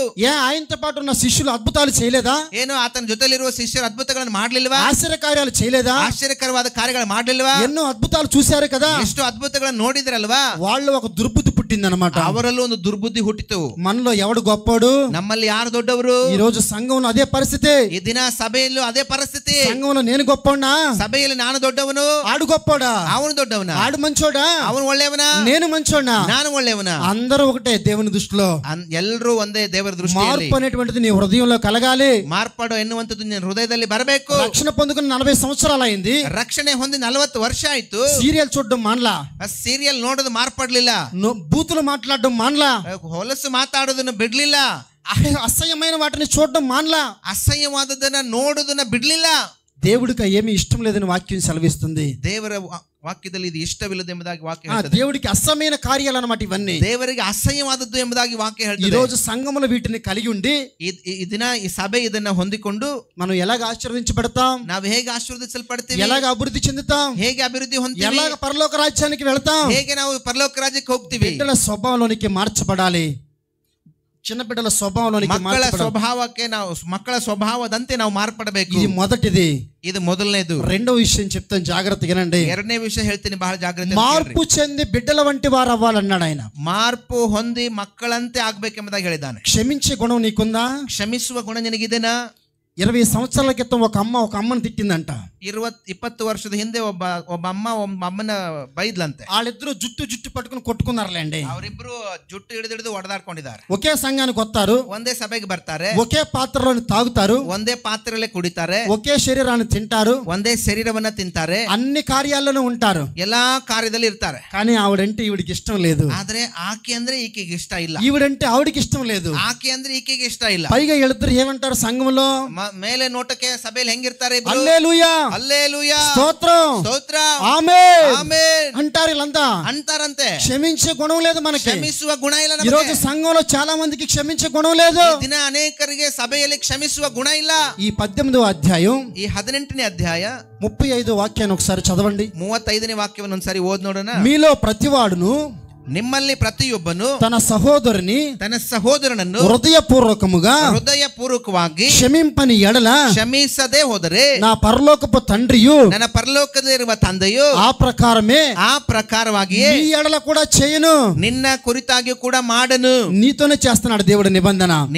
ನಿನ್ನೊಂದಿಗೆ ಮಾಡ್ತಾನೆ. నువ్వు ఇతరులను క్షమించలేదనుకో, ನೀವು ಇತರರನ್ನ ಕ್ಷಮಿಸಲಿಲ್ಲ, నీ తోటి సహోదరుని క్షమించలేదనుకో, ನಿನ್ನ ಜೊತೆ ಸಹೋದರನನ್ನ ಕ್ಷಮಿಸಿಲ್ಲ నీ ಅನ್ಕೋ, తోటి సహోదరుని నువ్వు క్షమించలేదనుకో, ನಿನ್ನ ಜೊತೆ ಸಹೋದರನ ಕ್ಷಮಿಸಿಲ್ಲ ಅಂದುಕೋ, దేవుడు కూడా నిన్ను క్షమించడంట. ದೇವರು ನಿನ್ನನ್ನು ಕೂಡ ಕ್ಷಮಿಸೋದಿಲ್ಲಂತೆ. పేతురు యేసుక్రీస్తు ప్రభువారి యొద్దకు వచ్చి ಯೇಸು ಸ್ವಾಮಿಯ ಹತ್ತಿರದಲ್ಲಿ ಬಂದು, నా సహోదరుడు ನನ್ನ ಸಹೋದರನು నా ఎడల ನನ್ನೊಂದಿಗೆ ఆ తప్పు చేసిన ఎడల ನನ್ನ ಜೊತೆಯಲ್ಲಿ ತಪ್ಪು ಮಾಡಿದ್ರೆ నేను ఎన్నిసార్లు క్షమించాలి అంటాడు. ನಾನು ಎಷ್ಟು ಸಾರಿ ಕ್ಷಮಿಸಬೇಕು? చదవండి, వాక్యంలో ఉంది. ఇదే 18వ అధ్యాయం, ಓದ್ರಿ. ಇದೇ 18ನೇ ಅಧ್ಯಾಯದಲ್ಲಿ 21వ వాక్యం, 21ನೇ ವಾಕ್ಯ. ఆ సమయమున ಆಗ ಪೇತ್ರನು ఆయన యొద్దకు వచ్చి, ಆತನ ಬಳಿಗೆ ಬಂದು, ప్రభువా, ಸ್ವಾಮಿ, నా సహోదరుడు ನನ್ನ ಸಹೋದರನು నా ఎడల ನನಗೆ ತಪ್ಪು ಮಾಡುತ್ತಾ నా ఎడల తప్పిదము చేసిన ఎడల ನನಗೆ తప్పు ಮಾಡುತ್ತಾ ಬಂದರೆ నేను ఎన్ని మార్లు అతన్ని క్షమింపవలెను? ನಾನು ಎಷ್ಟು ಸಾರಿ ಅವನಿಗೆ ಕ್ಷಮಿಸಬೇಕು? 7 మార్ల మట్టుగా 7 ಸಾರಿಯೋ అని అడిగాను ಎಂದು ಕೇಳಿದನು. అందుకు యేసు ಆಗ ಯೇಸು అతనితో ఇట్లనెను, ಅವನಿಗೆ ಹೀಗೆ ಹೇಳಿದನು, 7 మార్ల మట్టుకే కాదు, 7 ಸಾರಿ ಅಲ್ಲ, 70 ఏళ్ల మారుల మట్టుగా నేను నీతో చెప్పుచున్నాను అన్నాడు. 77 ಸಾರಿ ಎಂದು ನಿನಗೆ ಹೇಳುತ್ತೇನೆ. ఎన్నిసార్లు క్షమించాలంట? ಎಷ್ಟು ಸಾರಿ ಕ್ಷಮಿಸಬೇಕಂತೆ? 7 into 77 కాదు, 7 into 77 ಅಲ್ಲ, 7 into 77 ಸಾರಿ ಅಲ್ಲ, 7 into 77 ಅಲ್ಲ. ಒಂದು ಜೀವಮಾನವೆಲ್ಲ ನೀನು ನಾನು ಕ್ಷಮಿಸುತ್ತಾನೇ ಇರಬೇಕು. ಜೀವಮಾನವೆಲ್ಲ ನಾನು ನೀನು ಕ್ಷಮಿಸ್ತಾನೇ ಇರಬೇಕು. దాని అర్థం అంతే. ಅದರ ಅರ್ಥ ಅಷ್ಟೇ. ఒక సహోదరుడు ಒಬ್ಬ ಸಹೋದರನು నీ ఎడల తప్పిదం చేస్తే, ನಿನ್ನ ಕುರಿತಾಗಿ ಏನಾದ್ರು ತಪ್ಪು ಮಾಡಿದ್ರೆ నువ్వు ఎన్నిసార్లు క్షమించాలంట? ನೀನು ಎಷ್ಟು ಸಾರಿ ಕ್ಷಮಿಸಬೇಕಂತೆ? జీవితకాలం క్షమించాలి. జీవిత కాలವೆಲ್ಲ క్షమిಸಬೇಕು. 35వ వాక్యంలో చెప్తాడు, 35ನೇ నీ ವಾಕ್ಯ పూర్ణ హృదయంతో అతన్ని క్షమించు. ನಿನ್ನ ಪೂರ್ಣ ಹೃದಯದಿಂದ ಆತನನ್ನ ಕ್ಷಮಿಸು. పైకి క్షమించామంటాం, ಮೇಲ್ನೋಟಕ್ಕೆ ಕ್ಷಮಿಸಿದೀವಿ ಅಂತೀವಿ. ఒక సమయం వస్తుంది, ಒಂದ್ ಸಮಯ ಬರ್ತದೆ, ఒక సందర్భం వస్తుంది, ಸಂದರ್ಭ ಬರ್ತದೆ, ఎదుటోడితో చెప్తాం అన్నమాట. ನಾವು ಎದುರವರಿಗೆ ಹೇಳ್ತೇವೆ, ఈడు ಇವನು ఫలానా రోజు ಒಂದಿನ నన్ను ఇలాగన్నాడు, ನನಗೆ హీగంద, అయినా ఆದರೂ దేవుని ప్రేమను బట్టి ದೇವರ ಪ್ರೇಮದಿಂದ నిన్ను క్షమించాను. ఈతనನ್ನು ఒరే క్షమిಸಿದೆ. బుద్ధి లేనోడా, బుద్ధి ఇಲ್ಲದವನೇ, నువ్వు నిజంగా క్షమించావనుకో, ನೀನು ನಿಜವಾಗ್ಲೂ ಕ್ಷಮಿಸಿದೆ ఇప్పుడు ఎందుకు నువ్వు దెప్పడం దీనికి? ಈತನಿಗೆ ಯಾಕೆ ಅದನ್ನು ಉಚ್ಚಾರ ಮಾಡೋದು? నువ్వు నిజంగా క్షమించిన వాడివైతే నిజవాగ్లూ క్షమిಸಿದ್ಯಾ, మళ్ళీ ఇప్పుడు దెప్పడం ఎందుకంట? ಮತ್ತೆ ಯಾಕದನ್ನ ನೆನಪು ಮಾಡ್ಕೊಳ್ತೀಯಾ? తెలుగులో ఒక పచ్చి భాషలో మాట్లాడాలి అంటే తెలుగుನಲ್ಲಿ ಒಂದು ಮಾತನ್ನು ಹೇಳ್ತಾರೆ, పుల్లెట్టి కెలకడం అన్నమాట. ಒಂದು ಬದಿಗೆ ತಗೊಂಡು ಒಂದು ಗಾಯ ಆದ್ರೆ ಕೆಳಕೋದು. ಗಾಯ ಆಗಿದ್ದನ್ನ ಒಂದು ಕಟ್ಟಿ ತಗೊಂಡು ಕೆಬರ್ಕೊಳ್ಳುವುದು. పుల్లట్టి కెలికినట్టు అన్నమాట, పుండుని కెలికినట్టు అన్నమాట. కట్టిಕೆಯಿಂದ ಕೆಬರುವುದು అంటారు. అవునా కాదా? హౌదా అల్వా? నువ్వు నిజంగా క్షమించావనుకో, ನೀವು నిజವಾಗ್ಲೂ క్షమిಸಿದ್ರೆ మరలా ఎందుకు ఈ రోజు ఆ మాట నువ్వు మాట్లాడాలి? ಮತ್ತೆ ಯಾಕೆ ನೀನು ದಿನ ಮಾತಾಡಬೇಕು? యేసు ప్రభు వారు అంటారు, యేసు స్వామి ಹೇಳ್ತಾರೆ, నేను ఎన్నటికీ ನೀನು ಯಾವಾಗಲೂ మీ పాపములు జ్ఞాపకం చేసుకోను అన్నాడు యేసు ನಾನು ప్రభు. యావాಗಲೂ ನಿಮ್ಮ పాపಗಳನ್ನು జ్ఞాపక ಮಾಡಿಕೊಳ್ಳುವುದಿಲ್ಲ. మరి నువ్వెందుకు జ్ఞాపకం చేసుకుంటావు? ಮತ್ತೆ ನೀನು ಯಾಕೆ జ్ఞాపక మాట మాటకి ఎందుకు దెప్పుతావు అతన్ని? మాతికి యాಕೆ అతన్ని బైತೀಯ? సమయం సందర్భం వచ్చినప్పుడల్లా దెప్పుతూనే ఉంటావు కదా. సందర్భ ಬಂದಾಗೆಲ್ಲ ಬೈತಾನೆ ಇರ್ತೀಯ. మరి నీలో ఇంకెక్కడ మార్పు వచ్చింది? ನಿನಗೆಲ್ಲಿ ಮಾರ್ಪಾಡು ಬಂದಿದೆ? నువ్వు ఎక్కడ యేసు ప్రభు కుమార్తెవయ్యావు? ನೀನು ಯಾವಾಗ ಎಲ್ಲಿ ಹೇಗೆ యేసు స్వామి నువ్వు ಮಗಳಾಗಿದ್ದೀಯಾ? ఎలాగ యేసు ప్రభు కుమారుడివయ్యావు? ನೀನು ಹೇಗೆ యేసు స్వామి ಮಗನಾಗಿದ್ದೀಯಾ? క్షమించే గుణం లేదు, ಕ್ಷಮಿಸುವ ಗುಣ ಇಲ್ಲ. నువ్వు క్షమించే గుణం లేనప్పుడు ఎలాగ యేసు ప్రభు కుమారుడివయ్యావు? ಕ್ಷಮಿಸುವ ಗುಣ ಇಲ್ಲದೆ ಇದ್ರೆ ಹೇಗೆ యేసు స్వామి ಮಕ್ಕಳು ನೀವು? నువ్వు నిజంగా క్షమించే గుణం నీకుంటే ನಿನಗೆ ನಿಜವಾಗ್ಲೂ ಕ್ಷಮಿಸುವ ಗುಣ ಇದ್ರೆ ఇంక ఎన్నటికీ ఆ వ్యక్తి నువ్వు దెప్పవు అన్నమాట. ಇನ್ನು ಯಾವತ್ತಿಗೂ ಆ ವ್ಯಕ್ತಿನ ಮತ್ತೆ ಆ ತಪ್ಪುಗಳನ್ನು ఆ విషయాన్ని జ్ఞాపకం చెయ్యు. నువ్వు ಆ ವಿಷಯವನ್ನ ನೀನು ನೆನಪು ఇక్కడ ಮಾಡ್ಕೊಳ್ಳಂಗಿಲ್ಲ. కూర్చున్న మనందరము కూడా ಇಲ್ಲಿ ಕುಳಿತಿರೋ ನಾವೆಲ್ಲರೂ ಕೂಡ పాపము చేస్తున్న వారమే. ಪಾಪವನ್ನ ಮಾಡುತ್ತಿರುವವರೇ. నాలో పాపం లేనన్న వాడు ఎవరన్నా చేతులు ఎత్తని చూద్దాం. ఇక్కడ ನನ್ನಲ್ಲಿ ಪಾಪ ಇಲ್ಲನೋರು ಯಾರಾದ್ರೂ ಕೈಗಳು? నేను పరిశుద్ధవంతుణ్ణి, ನಾನು ಪರಿಶುದ್ಧನು, నేను నీతివంతుణ్ణి, ನಾನು ನೀತಿವಂತನು, నేను అసలు పాపమే చేయను. ನಾನು ಒಟ್ಟು ಪಾಪನೇ ಮಾಡಲ್ಲ. ఎవరున్నారు ఇక్కడ? ಯಾರು ಇದ್ದೀರಾ ಈ ಕಡೆ? ఎవ్వరు లేరు. మేము కూడా చెయ్యత్తాం. ಯಾರಿಲ್ಲ, ನಾವು ಕೂಡ ಕೈ ಎತ್ತಕ್ಕಾಗಲ್ಲ. ఎందుకంటే పాపం అంటే మీరు ఏమనుకుంటారంటే, ಪಾಪ ಅಂದ್ರೆ ನೀವೇನ್ ಅನ್ಕೊಂಡಿದ್ದೀರಾ? వ్యభిచారం చేస్తే పాపం అని మీరు అనుకుంటారు. ವ್ಯಭಿಚಾರ ಮಾಡಿದ್ರೆ ಪಾಪ ಅನ್ಕೊಂಡಿದ್ದೀರಾ? వాక్యం చెప్తుంది, ವಾಕ್ಯ ಹೇಳ್ತದೆ, నీ తోటి సహోదరుణ్ణి ನಿನ್ನ ಜೊತೆ ಸಹೋದರನನ್ನು వ్యర్థుడా ಮೂರ್ಖ అంటే ಅಂದ್ರೆ పాపం చేసినట్టే. ಪಾಪ ಮಾಡ್ದಂಗೆನೆ. నువ్వు వ్యభిచారం చేస్తే పాపం కాదు. ನೀನು ವ್ಯಭಿಚಾರ ಮಾಡಿದ್ರೆ ಪಾಪ ಅಲ್ಲ. నీ తోటి సహోదరుని చూసి ನಿನ್ನ ಜೊತೆ ಸಹೋದರನನ್ನ ನೋಡಿ నువ్వు మూర్ఖుడా అంటే, ನೀನು ಮೂರ್ಖ ಅಂದ್ರೆ, నువ్వు వ్యర్థుడువా అంటే ನೀನು ವ್ಯರ್ಥ ಅಂದ್ರೆ పాపము చేసిన వాడితో సమానం. నువ్వు ಪಾಪವನ್ನ ಮಾಡಿದವನಿಗೆ ಸಮವಾಗಿದ್ದೀಯ. పాత నిబంధన కాలంలో ಹಳೆ ಒಡಂಬಡಿಕೆ ಕಾಲದಲ್ಲಿ వ్యభిచారం చేస్తే పాపం, ವ್ಯಭಿಚಾರ ಮಾಡಿದ್ರೆ ಪಾಪ. కొత్త నిబంధనలో ಹೊಸ ಒಡಂಬಡಿಕೆಯಲ್ಲಿ ఒక స్త్రీని ಒಂದು ಸ್ತ್ರೀಯನ್ನು మోహపు చూపుతో చూస్తేనే పాపం అన్నాడు దేవుడు. ಮೋಹದಿಂದ ನೋಡಿದ್ರೇನೆ ಪಾಪ ಅಂದಿದ್ದಾನೆ ದೇವರು. ఎంతమంది రోజు ఇక్కడ పాపం చేయట్లేదు మనం? ಎಷ್ಟು ಜನ ನಾವಿಲ್ಲಿ ಪಾಪ ಮಾಡ್ತಾ ಇಲ್ಲ? ఎగ్జాంపుల్ చెప్తాను, ಉದಾಹರಣೆಗೆ ఇది ಹೇಳ್ತೇನೆ. నిజమని కాదు, ಇದು ನಿಜ ಅಂತಲ್ಲ, ఎగ్జాంపుల్ చెప్తున్నాను. ಉದಾಹರಣೆಗೆ రోడ్డు మీద వెళ్తున్నాం, ರೋಡ್ ನಲ್ಲಿ ಹೋಗ್ತಾ ಇದೀವಿ. మనం వెళ్తున్నాం రోడ్డు మీద. ನಾವು ರೋಡ್ ಮೇಲೆ ನಡೆದು ಹೋಗ್ತಾ ఒక ಇದ್ದೀವಿ. అందమైన స్త్రీ నడుచుకుంటూ వస్తుంది. ಒಂದು ಸುಂದರವಾದ ಸ್ತ್ರೀ ನಡ್ಕೊಂಡು ಬರ್ತಾ నీ ಇದ್ದಾಳೆ. కళ్ళు ఏం చేస్తాయి? ನಿನ್ ಕಣ್ಣೇನ್ ఓ, ಮಾಡ್ತಾవు? ఈ అమ్మాయి చాలా బాగుంది కదా, ವಾ ಈ ಸಹೋದರಿ ಬಹಳ ಚೆನ್ನಾಗಿದ್ದಾಳಲ್ಲ. నువ్వు పాపం చేసిన వాడితో సమానం అన్నమాట. ನೀನು ಆಕೆ ನೋಡಿ ಹಾಗೆ ಮಾತಾಡಿದ್ರೆ ಪಾಪವನ್ನು ಮಾಡಿದವನಿಗೆ ಸಮ. అది బైబిల్ ప్రకారం, ಅದು బైబిల్ ಪ್ರಕಾರ కొత్త నిబంధనలు రాయబడినటువంటి మాట ఇది. ಒಡಂಬಡಿಕೆಯಲ್ಲಿ ಬರೆಯಲ್ಪಟ್ಟ ಮಾತಿದು. కాబట్టి ఇక్కడ ఎవరు గొప్పవారు? ಆದ್ದರಿಂದ ಇಲ್ಲಿ ಯಾರು ದೊಡ್ಡವರು? ఎవ్వరు గొప్పవారం కాదు, ಯಾರು ದೊಡ್ಡವರಿಲ್ಲ. మనం అందరము సమానలమే. ನಾವೆಲ್ಲರೂ ಸಮಾನರೇ. రెండవదిగా ಎರಡನೇದಾಗಿ మనం ఇతరులను క్షమించే వారిగా ఉండాలి. ನಾವು ಇತರರನ್ನ ಕ್ಷಮಿಸುವವರಾಗಿರಬೇಕು. యేసుక్రీస్తు ప్రభువారు ಯೇಸು ಕ್ರಿಸ್ತರು ಕೂಡ సిలువలో రక్తం కారిపోతుంది, ಶಿಲುಬೆಯಲ್ಲಿ ರಕ್ತ ಹರಿದು ಹೋಗ್ತಾ ఆ ಇದೆ. శరీరం అంతా దున్నబడింది, ಆ ಶರೀರವೆಲ್ಲ ಹೂಣಲ್ಪಟ್ಟಿದೆ. చేతుల్లో మేకులు కొడుతున్నారు, ಕೈಯಲ್ಲಿ ಕಾಲಲ್ಲಿ ಮಳೆಗಳನ್ನು ಹೊಡಿತಾ ಇದ್ದಾರೆ. కాళ్ళకి మేకులు కొడుతున్నారు, ಕಾಲಿಗೆ ಮಳೆಯನ್ನು ಹೊಡಿತಾ ಇದ್ದಾರೆ. భయంకరమైన నొప్పి, ಭಯಂಕರವಾದ ನೋವು. ఈ ప్రపంచంలో ఏ మనుషుడు అనుభవించలేనటువంటి బాధను యేసు ప్రభువారు సిలువలో అనుభవించారు. ಈ ಪ್ರಪಂಚದಲ್ಲಿ ಯಾವ ಮನುಷ್ಯನು ಅನುಭವಿಸುತ್ತಿರುವಂತ ಬಾಧೆಯನ್ನ ಯೇಸು ಸ್ವಾಮಿ ಅನುಭವಿಸಿದ್ದಾನೆ. ఆయన అంటాడు, ಆತನು ಹೇಳ್ತಾನೆ, తండ్రి ತಂದೆ మీరేం చేస్తున్నారు వీరికి తెలియదు, ಇವರು ಏನು ಮಾಡುತ್ತಿದ್ದಾರೆ, ಇವರು ಅರಿಯರು, వాళ్ళని క్షమించండి నాయనా. ಅವರನ್ನ ಕ್ಷಮಿಸಪ್ಪ. ఆ మనసు ఈ రోజు నీకు నాకు ఉందా? ಆ ಮನಸ್ಸು ಇವತ್ತು ನನಗೂ ನಿನಗೂ ಇದೇನಾ? సంకలో బైబిల్ ఎట్టుకుని ఊపుకుంటా చర్చికొత్త నువ్వు పరిశుద్ధవంతులు కాదు. ಬೈಬಲ್ ಇಟ್ಕೊಂಡು ಬಗಲಲ್ಲಿ ಇಟ್ಕೊಂಡು ಬರೋದು, ಸಭೆಗೆ ಬರೋದು ಅಷ್ಟೇ ಅಲ್ಲ. వారం వారం వచ్చేసి వెళ్ళిపోతే క్రమం కాదు. ವಾರ ವಾರ ಬಂದು ಹೋಗೋದು ಕ್ರಮ ಅಲ್ಲ. ఈ వాక్యానుసారంగా నీ జీవితాన్ని కట్టుకోవడం ప్రారంభించాలి. ವಾಕ್ಯಕ್ಕೆ ಅನುಸಾರವಾಗಿ ನಿನ್ನ ಜೀವಿತವನ್ನ ಕಟ್ಟಿಕೊಳ್ಳೋದನ್ನ మార్పు రాలేదు కదా నీ జీవితంలో? ಮಾರ್ಪಾಡು ಬರ್ತಾ ಇಲ್ವಲ್ಲ ನಿನ್ನ ಜೀವನದಲ್ಲಿ? మార్పు చూడగలుగుతున్నావు మన జీవితంలో? ಮಾರ್ಪಾಡು ನೋಡ್ಬೇಕು ಅನ್ಕೊಂಡಿದ್ದೀನಿ. ఆరంభ దినం ఎలాగున్నావు? ಪ್ರಾರಂಭದ ದಿನದಲ್ಲಿ ఈ ಹೇಗಿದ್ದೀವಿ? రోజు కూడా అలాగే ఉన్నావు కదా? ಈಗಲೂ ಕೂಡ ಹಾಗೆ ಇದ್ದೀವಲ್ಲ? ఎంతమంది సేవకుల మీద దుఃఖం కలిగిన వారికి ఉన్నారు? ಎಷ್ಟು ಜನ ಇವತ್ತು ಸೇವಕರ ವಿಷಯ చెప్పండి, సేవకుల విషయంలో దుఃఖం కలిగి ఉన్నారు? ಸೇವಕರ ವಿಷಯದಲ್ಲಿ ದುಃಖವನ್ನು ಹೊಂದಿದವರಾಗಿದ್ದೀರಿ. మంచి చెప్పేవాడు ఎప్పుడు బాధాకరంగానే ఉంటది అన్నమాట. ಒಳ್ಳೆಯದನ್ನ ಹೇಳುವಾಗ ಅದು ನೋವಾಗಿ ಇರುತ್ತದೆ. సంఘానికి, ಸಭೆಗೆ, వ్యక్తిగతంగా, ವೈಯಕ್ತಿಕವಾಗಿ మీ కుటుంబాలను దర్శించినప్పుడు ನಿನ್ನ ಕುಟುಂಬವನ್ನ ಸಂಧಿಸಿದಾಗ మీకు కొన్ని మాటలు మేము చెప్పాలి. ನಿನ್ನ ಕುಟುಂಬಕ್ಕೆ ಕೆಲವು ಮಾತುಗಳನ್ನು ಹೇಳಬೇಕು. మిమ్మల్ని సరిచేసేటువంటి క్రమాన్ని దేవుడు మాకు ఇచ్చాడు. ನಿಮ್ಮನ್ನ ಸರಿಪಡಿಸುವಂತ ಕ್ರಮ ದೇವರು ನಮಗೆ మీరు ಕೊಟ್ಟಿದ್ದಾನೆ. తప్పు చేస్తున్నప్పుడు, ನೀನ್ ತಪ್ಪು ಮಾಡ್ತಿರುವಾಗ, నువ్వు తప్పు చేస్తున్నావు, ನೀನ್ ತಪ್ಪು ಮಾಡ್ತಾ ಇದೆಯಾ, ఇలా కాదు, ಇದು ಹೀಗಲ್ಲ, నువ్వు ఇలా నడుచుకోవాలి ನೀನು ಹೀಗೆ ನಡಿಬೇಕು అని చెప్పి వాక్యాన్ని బోధిస్తున్నప్పుడు ಹಾಗೆ ಹೇಳಿ ವಾಕ್ಯವನ್ನು ಹೇಳಿದಾಗ మనసులో చాలా సందర్భాల్లో బాధ కలుగుద్ది అన్నమాట. ಮನಸ್ಸಿನಲ್ಲಿ ಬಹಳ ಸಂದರ್ಭದಲ್ಲಿ ನಿಮಗೆ ಬಾಧೆ ಆಗ್ಬಹುದು. పాస్టర్ గారు నువ్వు ఎలా చెప్తావు, ಪಾಸ್ಟರ್ ನೀವು ಹೇಗೆ ಹೇಳ್ತೀರಿ, ఆ స్థానంలోంచి నేను ఈ స్థానానికి వచ్చిన వాడిని అన్నమాట.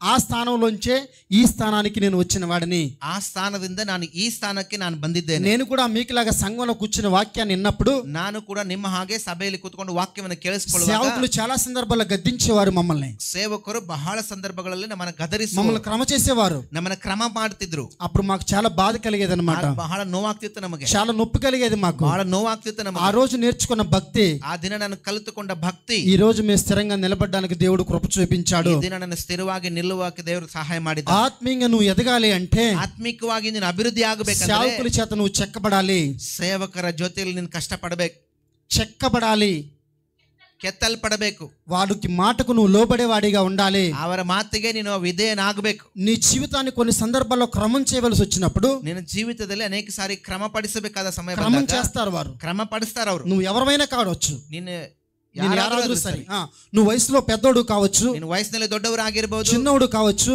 ಚಿಕ್ಕವರಾಗಿರಬಹುದು, ఈ లోకంలో నీకు చాలా స్టేటస్ ఉండొచ్చు, ಈ ಲೋಕದಲ್ಲಿ ನಿನಗೆ ಬಹಳ ಸ್ಟೇಟಸ್ ಇರಬಹುದು. అయినా ఈ వాక్యానుసారంగా ಆದರೂ ಈ ವಾಕ್ಯಕ್ಕೆ ಅನುಸಾರವಾಗಿ సంఘానికి సేవకుడు క్రమాన్ని నేర్పేవాడిగా ఉంటాడు. ಸಭೆಗೆ ಸೇವಕನು ಕ್ರಮವನ್ನು ಪಡಿಸುವನಾಗಿರ್ತಾನೆ. ఎన్ని సందర్భాల్లో సేవకుల మీద సణిగేవారిగా మనం ఉన్నాం,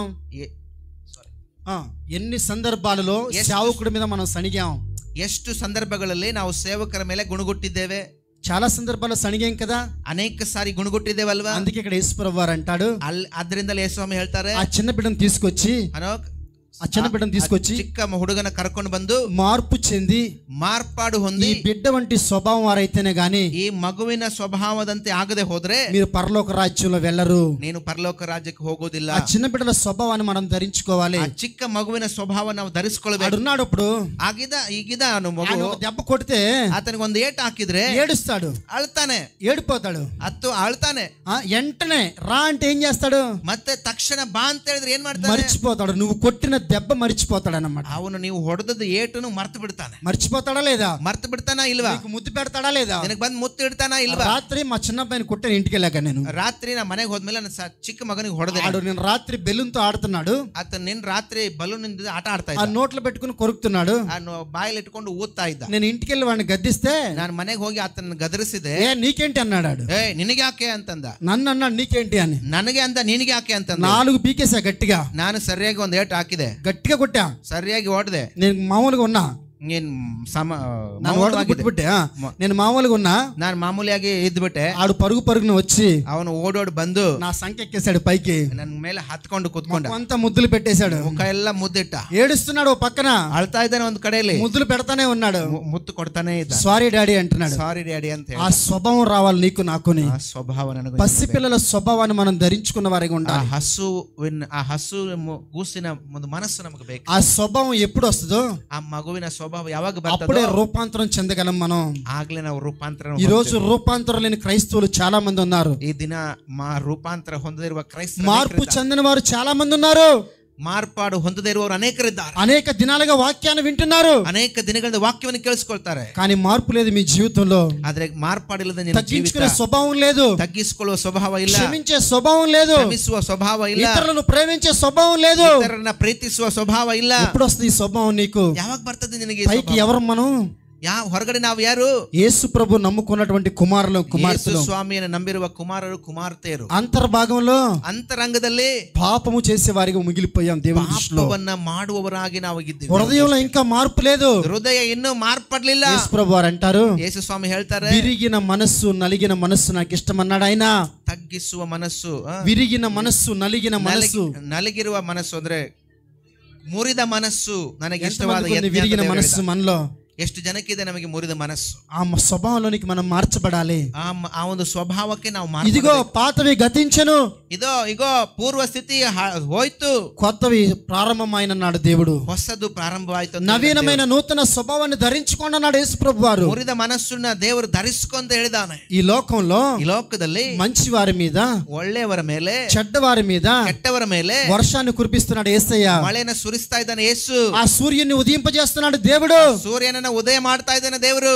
అందరిని ప్రేమిస్తున్నాడా లేదా యేసయ్య? ಎಲ್ಲರನ್ನು ಪ್ರೀತಿಸ್ತಾನೆ ಅಲ್ವಾ? ఆ యేసయ్య స్వభావాన్ని మనం ధరించుకోవాలయ్యా. ಯೇಸುವಿನ ಸ್ವಭಾವ ನಾವು నిన్ను ಧರಿಸಿಕೊಳ್ಳಬೇಕು. చూస్తే యేసు ప్రభువుని చూడాలి నీ గ్రామస్తులు. ನಿನ್ನ ನೋಡಿದ್ರೆ ಯೇಸು ಸ್ವಾಮಿ ನೋಡ್ಬೇಕು ನಿಮ್ಮೂರವರು. నీ బంధువులు నీలో యేసు ప్రభువుని చూడాలి. ನಿನ್ನ ಬಂಧುಗಳು ನಿನ್ನ ನೋಡುವಾಗ ಯೇಸುವನ್ನು ನೋಡ್ಬೇಕು. నీ అన్నదమ్ములు నీలో యేసు ప్రభువుని చూడాలి. ನಿನ್ನ ಅಣ್ಣ ತಮ್ಮಂದ್ರು ನಿನ್ನೊಳಗೆ ಯೇಸುವನ್ನು ನೋಡ್ಬೇಕು. చూడగలుగుతున్నారా? ನೋಡ್ತಾ ಇದ್ದಾರಾ? వాడేంటండి బాబు, వాడు చర్చికి పోనండి, వాడు రాకపోతేనే బెస్ట్ అండి, ఆడొస్తే దరిద్రం అండి అనేవారు ఎంతమంది మన గురించి సాక్ష్యం చెప్పేవారు. ಯಾರೋ ಏನೋ ಅವನು ಸಭೆಗೆ ಹೋಗ್ತಾನಂತ, ಅವನು ಏನು ಹೋದ್ರೆ ಅವ್ನು ಬಾರದಿದ್ರೆ ಎಷ್ಟೋ ಒಳ್ಳೇದು ಅಂತಾರ. చాలా మంది ఏడ్చారు నా దగ్గర. ಅನೇಕರು ನನ್ನ ಹತ್ರ ಅಂತ ಆ ವಿಷಯ చాలా సంవత్సరాల కింద ఒక తల్లి ఏడ్చింది. ಅನೇಕ ವರ್ಷಗಳಿಂದ ಒಬ್ಬ ತಾಯಿ ಅತ್ಲು, నా కుమారుడు ఇలాగా, ನನ್ನ ಮಗನು ಹೀಗೆ, నా కుమార్తె ఇలాగా, ನನ್ನ ಮಗಳು ಹೀಗೆ, నా భర్త ఇలాగా. ನನ್ನ ಮಗನ ಗಂಡ ಹೀಗೆ. చర్చిలో చాలా మంచోళ్ళు వీళ్ళు. ಚರ್ಚಲ್ಲಿ ಬಹಳ ಒಳ್ಳೆಯವರು ಇವರು. వీధిలో సాక్ష్యం లేదు కదా, ಹೊರಗಡೆ ಸಾಕ್ಷಿ ಇಲ್ವಲ್ಲ. నువ్వు ఉన్న వీధిలో సాక్ష్యం లేదు, ನೀನಿರುವ ಬೀದಿಯಲ್ಲಿ ಸಾಕ್ಷಿ ಇಲ್ಲ, నీ గ్రామంలో నీకు సాక్ష్యం లేదు, ನಿನ್ನ ಊರಲ್ಲಿ ನಿನಗೆ ಸಾಕ್ಷಿ ಇಲ್ಲ, నీ బంధువుల్లో నీకు సాక్ష్యం లేదు, ನಿನ್ನ ಬಂಧುಗಳಲ್ಲಿ ನಿನಗೆ ಸಾಕ್ಷಿ ಇಲ್ಲ, నీ రక్త సంబంధికుల్లో నీకు సాక్ష్యం లేదు, ನಿನ್ನ ರಕ್ತ ಸಂಬಂಧಿಕರಲ್ಲಿ ನಿನಗೆ ಸಾಕ್ಷಿ ಇಲ್ಲ. పైకి ఎవరు నువ్వు? ಮೇಲೆ ನೋಟಕ್ಕೆ ಯಾರು ನೀನು? మెళ్ళలో బోర్డు వేసుకున్నావు అనమాట. ಮೇಲೆ ಬೋರ್ಡ್ ಹಾಕೊಂಡಿದ್ದೀವಿ. నేను యేసు ప్రభు నమ్ముకున్నాను, ನಾನು ಯೇಸು ಸ್ವಾಮಿ ನಂಬಿಕೊಂಡಿದ್ದೀನಿ. అంతర్భాగంలో యేసు ప్రభుకున్న లక్షణం ఒకటన ఉందా మనలో? ಅಂತರಂಗದಲ್ಲಿ ಯೇಸು ಸ್ವಾಮಿಗೆ ಇರುವಂತ ಗುಣ ಸ್ವಲ್ಪ ಆದ್ರೂ ಐತಾ? ఆయనకున్నటువంటి లక్షణాల్లో ఒక లక్షణం ఉందా మనలో? ಆತನಿಗಿರುವಂತ ಲಕ್ಷಣ ಗುಣಲಕ್ಷಣಗಳಲ್ಲಿ ಒಂದಾದ್ರೂ ಇದೇನಾ? ఒక్కటైనా మంచి పని చేయగలుగుతున్నాం మనం ఇతరుల కోసం? ಯಾವಾಗಾದ್ರೂ ಬೇರೆಯವರಿಗಾಗಿ ಒಳ್ಳೆ ಕೆಲಸ ಮಾಡ್ಲಿಕ್ಕೆ ಆಗ್ತದ? యేసు ప్రభు ఎలా వస్తున్నాడు ఈ లోకానికి? ಯೇಸು ಸ್ವಾಮಿ ಹೇಗ್ ಬರ್ತೀನಂತ ಈ ಲೋಕಕ್ಕೆ? దొంగవలే వస్తానన్నాడు. ಕಳ್ಳನಂತೆ ಬರ್ತೇನೆ. ఈ లోకంలో చాలా మంది సేవకులు, ಈ ಲೋಕದಲ್ಲಿ ಅನೇಕ ಸೇವಕರು 2026 లాస్ట్ ఎండింగ్ డేట్ 2026 ಕೊನೆ ದಿನ డిసెంబర్ నెలలో వచ్చేస్తున్నాడు దేవుడు. ಡಿಸೆಂಬರ್ ನಲ್ಲಿ ದೇವರು ಬರ್ತಾ ಇದ್ದಾನೆ. లేకపోతే ఈ సంవత్సరం ఆఖరికి ఈ యుగ సమాప్తి అయిపోతుంది, ಇಲ್ಲಾಂದ್ರೆ ಈ ವರ್ಷದ ಕೊನೆಗೆ ಯುಗ ಅಂತ್ಯ ಆಗುತ್ತೆ. అనేక మంది సేవకులు యూట్యూబ్ లో చెప్తున్నారు. ಅನೇಕ ಸೇವಕರು ಯೂಟ್ಯೂಬ್ ನಲ್ಲಿ ಹೇಳ್ತಾ ಇದ್ದಾರೆ. శుద్ధ అబద్ధం అన్నమాట ఇది. ಶುದ್ಧ ಸುಳ್ಳು ಅದು. శుద్ధ అబద్ధం అన్నమాట. ಶುದ್ಧ ಸುಳ್ಳು ಅದು. ఈ భూమి మీద, ಈ ಭೂಮಿ ಮೇಲೆ ఏ నరుడికి కూడా తెలియదంట దేవుని రాకడ. ಯಾವ ಮನುಷ್ಯನಿಗೂ ಗೊತ್ತಿಲ್ವಂತೆ ದೇವರ ಬರೋಣ. మనుషుడికి ఒకడికే కాదు, ಮನುಷ್ಯರಿಗೆ ಒಬ್ಬರಿಗೆ ಅಲ್ಲ, దేవునికి పరిచర్య చేసేటువంటి దేవదూతలకు కూడా తెలియదంట. ದೇವರಿಗೆ ಕೆಲಸ ಮಾಡುವ ದೂತರಿಗೂ ಕೂಡ ಗೊತ್ತಿಲ್ವಂತೆ. వాక్యం చెప్తుంది అలాగా, ವಾಕ್ಯ ಹೇಳ್ತದೆ ಹಾಗೆ. ఈ జ్ఞానం లేదు ఈ ఎదవలకే, ಈ ಜ್ಞಾನವಿಲ್ಲದಂತವರಿಗೆ. ఈ రోజు అలా మాట్లాడుతున్నారు, సంఘాన్ని మభ్య పెడుతున్నారు అన్నమాట. ಸಭೆಗೆ ಹಾಗೆ ಹೇಳ್ತಾ ಇದ್ದಾರೆ ಅವರು. రేపు వచ్చేస్తుంది, ನಾಳೆ ಬಂದ್ಬಿಡ್ತಾರೆ, నాడు వచ్చేస్తుంది, ನಾಡಿದ್ದು ಬಂದ್ಬಿಡ್ತಾರೆ, వచ్చే సంవత్సరం వచ్చేస్తుంది, ವರ್ಷ ಬಂದ್ಬಿಡ್ತಾರೆ. ఈ భూమి మీద ఎవరికి తెలియదు, ಈ భూమి ಮೇಲೆ ಯಾರಿಗೂ ಗೊತ್ತಿಲ್ಲ, దేవదూతలకు కూడా తెలియదు, ದೇವದೂತರಿಗೂ ಕೂಡ ಗೊತ್ತಿಲ್ಲ. ఈ రాత్రి రావచ్చేమో యేసు ప్రభు వారు. ಗೊತ್ತಿಲ್ಲ, ರಾತ್ರಿನೇ ಬರಬಹುದು ಯೇಸು ಸ್ವಾಮಿ. ఆ ఎత్తబడే లిస్ట్ లో నీవు ఉన్నావా? ಆ ಎತ್ತಲ್ಪಡುವವರ ಲಿಸ್ಟ್ ನಲ್ಲಿ ಇದೆಯಾ? పరలోక రాజ్యానికి వారసులు ఎవరంట? ಪರಲೋಕ ರಾಜ್ಯಕ್ಕೆ ವಾರಸುದಾರರು ಯಾರಂತೆ? మార్పు చెందిన వారు, ಮಾರ್ಪಟ್ಟವರು. ఆ పసిబిడ్డ వలె తన మనస్సును మార్చుకున్నవారు, ಆ ಹಸುಗೂಸುವಿನಂತೆ ಮನಸ್ಸನ್ನು ಮಾರ್ಪಡಿಸಿಕೊಂಡವರು పరలోక రాజ్యానికి వారసులు అన్నాడు యేసు ప్రభు వారు. ಪರಲೋಕ ರಾಜ್ಯಕ್ಕೆ ವಾರಸುದಾರನು ಎಂಬುದಾಗಿ ఆ ಹೇಳ್ತಾರೆ. లిస్ట్ లో నీవు నేను ఉన్నావా? ಆ ಲಿಸ್ಟ್ ನಲ್ಲಿ ನಾನು ನೀನು ಇದ್ದೇವಾ? అంత తగ్గించుకునే స్వభావం మనలో ఉందా? ತಗ್ಗಿಸುವ ಸ್ವಭಾವ ನಮ್ಮಲ್ಲಿ ಇದೆನಾ? ఇతరులను క్షమించే స్వభావం మనలో ఉందా? ಇತರರನ್ನ ಕ್ಷಮಿಸುವ ಸ್ವಭಾವ ನಮಗಿದೆನಾ? ఇతరులకు ప్రేమ చూపించే దాంట్లో మనం ఉన్నామా? ಇತರರಿಗೆ ಪ್ರೇಮ ತೋರಿಸುವ ಸ್ವಭಾವದಿಂದ ನಾವು ಇದ್ದೇವಾ? అందుకే అన్నాడు ఆయన. ಆದ್ದರಿಂದ ಆತನು ಹೇಳ್ತಾನೆ, దావీదు నా హృదయానుసారి అన్నాడు. ದಾವೀದನು ನನ್ನ ಹೃದಯದ ಅನುಸಾರವಾಗಿರುವವನು అన్నాడు లేదా యేసు ప్రభు వారు? ಹೇಳಿದಾರಲ್ವಾ ಯೇಸು ಸ್ವಾಮಿ? దేవుని హృదయానుసారంగా నీవు నేను ఉన్నామా ఈ లోకంలో? ದೇವರ ಹೃದಯ ಅನುಸಾರವಾಗಿ ಲೋಕದಲ್ಲಿ ನಾನು ನೀನು మార్పు చెందుదాం.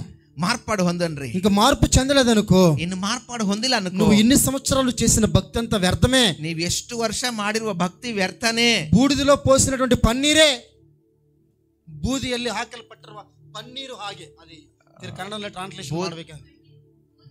ಬೂದಿಯಲ್ಲಿ ಹಾಕಿರುವ ಕಣ್ಣೀರೇ. ಕಣ್ಣೀರಲ್ಲ, ಪನ್ನೀರು. ಪನ್ನೀರು ಅಂದ್ರೆ ಬಳೆ ಉಳ್ಳದಂತ ಹಾಕ್ತಾರಂತ, ಪನ್ನೀರು ಅಂತಾರೆ. ಪನ್ನೀರು ಅಂದ್ರೆ ಕಾಸ್ಟ್ಲಿ. బూడిదలో పోసిన పన్నీరు లాంటిదన్నమాట. ಬೂದಿಯಲ್ಲಿ ಹಾಕಿರುವ ಬೆಲೆಯುಳ್ಳ ವಸ್ತುವಿನಂತೆ. కాబట్టి ಆದ್ದರಿಂದ ఈ రోజున మార్పు చెందుదాం. ಆದ್ದರಿಂದ ಈ ದಿನ ನಾವು ಮಾರ್ಪಾಡು కింద చాలా విషయాలు ఉన్నాయి, ಬಹಳ ಕೆಳಗಡೆ ಇನ್ನು ಬಹಳ ವಿಷಯ చాలా విషయాలు సంఘంతో మాట్లాడాలి. ಬಹಳ ವಿಷಯ సభೆಯೊಂదిಗೆ 1 గంట అయిపోయింది సమయం. 1 గంట ಒಂದು ಕಾಲ ಆಗ್ತಾ ಇದೆ. ఇంకా చాలా కార్యక్రమాలు సంఘంలో ఉన్నాయి గనక ಇನ್ನು ಬಹಳ ಕಾರ್ಯಕ್ರಮಗಳು దేవుని చిత్తం అయితే, ದೇವರ ಚಿತ್ತ ಆದ್ರೆ రాబోయే రోజుల్లో దీన్ని చూసుకుందాం. ಬರುವ ದಿನಗಳಲ್ಲಿ ಇದು ನೋಡ್ಕೊಳ್ಳೋಣ. ఎలాగా దేవుడు అక్కడ మాట్లాడుతున్నాడు, ದೇವರು ಹೇಗೋ ಅದರಲ್ಲಿ ಮಾತಾಡ್ತಾ ಇದ್ದಾರೆ, ఆ శిష్యులతో ఏమని చెప్పాడు, ದೇವರ ಶಿಷ್ಯರೊಂದಿಗೆ ಹೇಗೆ ಏನಂತ ಹೇಳಿದ್ರು, ఈ రోజు సంఘంతో మనతో ఏం మాట్లాడుతున్నాడు, ದೇವರು ಈ ದಿನ ನಮ್ಮ ಜೊತೆಲೂ ಕೂಡ ಇದೇನ್ ಮಾತಾಡ್ತಾ ಇದ್ದಾರೆ. చాలా రాసి పెట్టాను, ఒక వచనం కూడా మీకు చూపించలేదు. నేను ಬಹಳ ಬರೆದಿಟ್ಟಿದ್ದೇನೆ. ನಾನು ಒಂದು ವಚನ ಕೂಡ ఒక వచనం కూడా చదవడానికి సమయం లేదు. ನನಗೆ ಒಂದು ವಚನ ಕೂಡ ಓದಲಿಕ್ಕೆ ಸಮಯ ಇಲ್ಲ. ఈ రోజు నుంచి మార్పు చెందుదాం. ಈ ದಿನದಿಂದ ನಾವು ಮಾರ್ಪಾಡು ಹೊಂದೋಣ. నీ భార్య నీలో యేసు ప్రభుని చూడాలి, ನಿನ್ನ ಹೆಂಡತಿ ನಿನ್ನಲ್ಲಿ ಯೇಸು ಸ್ವಾಮಿ ನೋಡ್ಬೇಕು, నీ భర్త నీలో యేసు ప్రభుని చూడాలి. ನಿನ್ನ ಗಂಡ ನಿನ್ನಲ್ಲಿ ಯೇಸು ಸ್ವಾಮಿಯನ್ನು ನೋಡ್ಬೇಕು. నీ గ్రామస్తులు నీలో యేసు ప్రభుని చూడాలి. ನಿನ್ನ ಗ್ರಾಮದವರು ನಿನ್ನಲ್ಲಿ ಯೇಸು ಸ್ವಾಮಿಯನ್ನು ನೋಡ್ಬೇಕು. నీ రక్త సంబంధికులు నీలో యేసు ప్రభుని చూడాలి. ನಿನ್ನ ರಕ್ತ ಸಂಬಂಧಿಕರು ನಿನ್ನಲ್ಲಿ ಯೇಸು ಸ್ವಾಮಿಯನ್ನು ನೋಡ್ಬೇಕು. నీ బంధువులు నీలో యేసు ప్రభుని చూడాలి. ನಿನ್ನ ಬಂಧುಗಳು ನಿನ್ನಲ್ಲಿ ಯೇಸುವನ್ನು ನೋಡ್ಬೇಕು. ఆ మార్పు చెందాలి. ಆ ಮಾರ್ಪಾಡು ನಿನಗೆ ಬೇಕು. లోకస్తుల వల్ల నీవు కూడా బ్రతికితే ఉపయోగం ఏముంది? ಲೋಕದವರಂತೆ ನೀನು ಕೂಡ ಬದುಕಿದ್ರೆ ಪ್ರಯೋಜನ. ఇక్కడికి వచ్చి వెళ్ళిపోవడం వల్ల ప్రయోజనం లేదు. ಇಲ್ಲಿ ಬಂದು ಹೋಗೋದ್ರಲ್ಲಿ ಪ್ರಯೋಜನ ಇಲ್ಲ. యేసు ప్రభు కోరుకుంటున్నది ఒకటే, ಯೇಸು ಸ್ವಾಮಿ ಕೇಳುವುದು ಒಂದೇ, నీలో మార్పు రావాలి. ನಿನ್ನಲ್ಲಿ ಮಾರ್ಪಾಡು, నీ మనస్సు మారాలి. ನಿನ್ನ ಮನಸ್ಸು ಮಾರ್ಪಡಬೇಕು. మొదటి యోహాను పత్రికలో రాస్తాడు, ಮೊದಲು ಯೋಹಾನ ಪತ್ರಿಕೆಯಲ್ಲಿ ಬರೀತಾನೆ, నేను ఎట్టివాడినై ఉన్నాను, ನಾನು ಹೇಗಿದ್ದೇನೋ ఈ లోకములో ಈ ಲೋಕದಲ್ಲಿ మీరు కూడా ನೀವು ಕೂಡ అలాంటి వారే. ಹಾಗೇನೆ. ఎలాంటి వారంట? ಹೇಗಂತೆ? యేసు ప్రభు ఎలాగున్నాడు, ಯೇಸು ಸ್ವಾಮಿ ಹೇಗಿದ್ದಾನೋ ఈ లోకములో, ಈ ಲೋಕದಲ್ಲಿ ఇక్కడ కూర్చున్న మనందరము కూడా ಇಲ್ಲಿ ಕುಳಿತಿರುವ ನಾವೆಲ್ಲರೂ ಕೂಡ యేసు ప్రభు లాంటి వారమే. ಯೇಸು ಸ್ವಾಮಿ ಅಂತೇನೆ. ఏ మాత్రము తక్కువ చేయలేదు దేవుడు నిన్ను. ಯಾವ ಮಾತ್ರ ಎಷ್ಟಕ್ಕೂ ದೇವರು ನಮ್ಮನ್ನ ಕಡಿಮೆಯಾಗಿ ಮಾಡಿಲ್ಲ. నాలో ఉన్న అజ్ఞానం, ನಿನ್ನಲ್ಲಿ ನನ್ನಲ್ಲಿರುವಂತ ಅಜ್ಞಾನ, దురహంకారం, ದುರಂಕಾರ ఈ రోజు భక్తి జీవితంలో ఎదగకుండా చేస్తుంది అన్నమాట. ಈ ದಿನ ನಮ್ಮನ್ನ ಭಕ್ತಿ ಜೀವಿತದಲ್ಲಿ ಬೆಳವಣಿಗೆ ಹೊಂದದ ಹಾಗೆ ಮಾಡ್ತಾ ಇದೆ. ఇంకొద్దు దాన్ని విడిచిపెడదాం. ಇವತ್ತು ನಾವು ಅದನ್ನು ಬಿಟ್ಬಿಡೋಣ. చాలు, ಸಾಕು. ఇంతకాలం జీవించిన జీవితం చాలు. ಇಷ್ಟುವರೆಗೂ ಬದುಕಿರುವಂತ ಬದುಕು ಸಾಕು. లోకస్తుల వల్ల నీవు కూడా జీవించావు. ಲೋಕದವರಂತೆ ನೀನು ಕೂಡ అన్యుల ಜೀವಿಸಿದ್ದೀಯ. వల్ల నీవు కూడా బ్రతికావు. ಅನ್ಯರಂತೆ ನೀನು ಕೂಡ ಬದುಕಿದ್ದೀಯ. ఈ రోజు నుంచి మార్పు చెందుదాం. ಈ ದಿನದಿಂದ ನಾವು ಮಾರ್ಪಾಡು యేసు ಹೊಂದಿಕೊಳ್ಳೋಣ. ప్రభుని చూపిద్దాం. ಯೇಸುವನ್ನ ನೋಡಿ ತೋರಿಸೋಣ. ఈ లోకంలో యేసయ్యా ಈ ಲೋಕದಲ್ಲಿ ಏಸಪ್ಪ, నువ్వు ఎంత సంపాదించేవని అడగడు. ನೀನ್ ಎಷ್ಟು ಸಂಪಾದನೆ ಮಾಡಿದ್ಯಾ ಅಂತ ಕೇಳಲ್ಲ. ఎన్ని కోట్లు నువ్వు సంపాదించేవని అడగడు. ಎಷ್ಟು ಕೋಟಿ ಸಂಪಾದನೆ ಮಾಡಿದ್ಯಾ ಅಂತ ಕೇಳಲ್ಲ. నీ బ్యాంక్ బ్యాలెన్స్ ఎంత అని అడగడు. ನಿನ್ನ ಬ್ಯಾಂಕ್ ಅಲ್ಲಿ ಬ್ಯಾಲೆನ್ಸ್ ಎಷ್ಟಿದೆ ಅಂತ ಕೇಳಲ್ಲ. నీ కుటుంబం పేరు మీద, నీ పేరు మీద ఎన్ని వందల ఆస్తులు ఉన్నాయని దేవుడు అడగడు. ನಿನ್ನ ಹೆಸರಿನಲ್ಲಿ, ನಿನ್ನ ಕುಟುಂಬದವರ ಹೆಸರಿನಲ್ಲಿ ಎಷ್ಟು ಆಸ್ತಿ ಇದೆ ಅಂತ ದೇವರು ಕೇಳಲ್ಲ. భూలోకంలో నా కోసం నువ్వేం చేశావు? ಭೂಲೋಕದಲ್ಲಿ ನನಗಾಗಿ ಏನ್ ಮಾಡಿದ್ದೀಯಾ?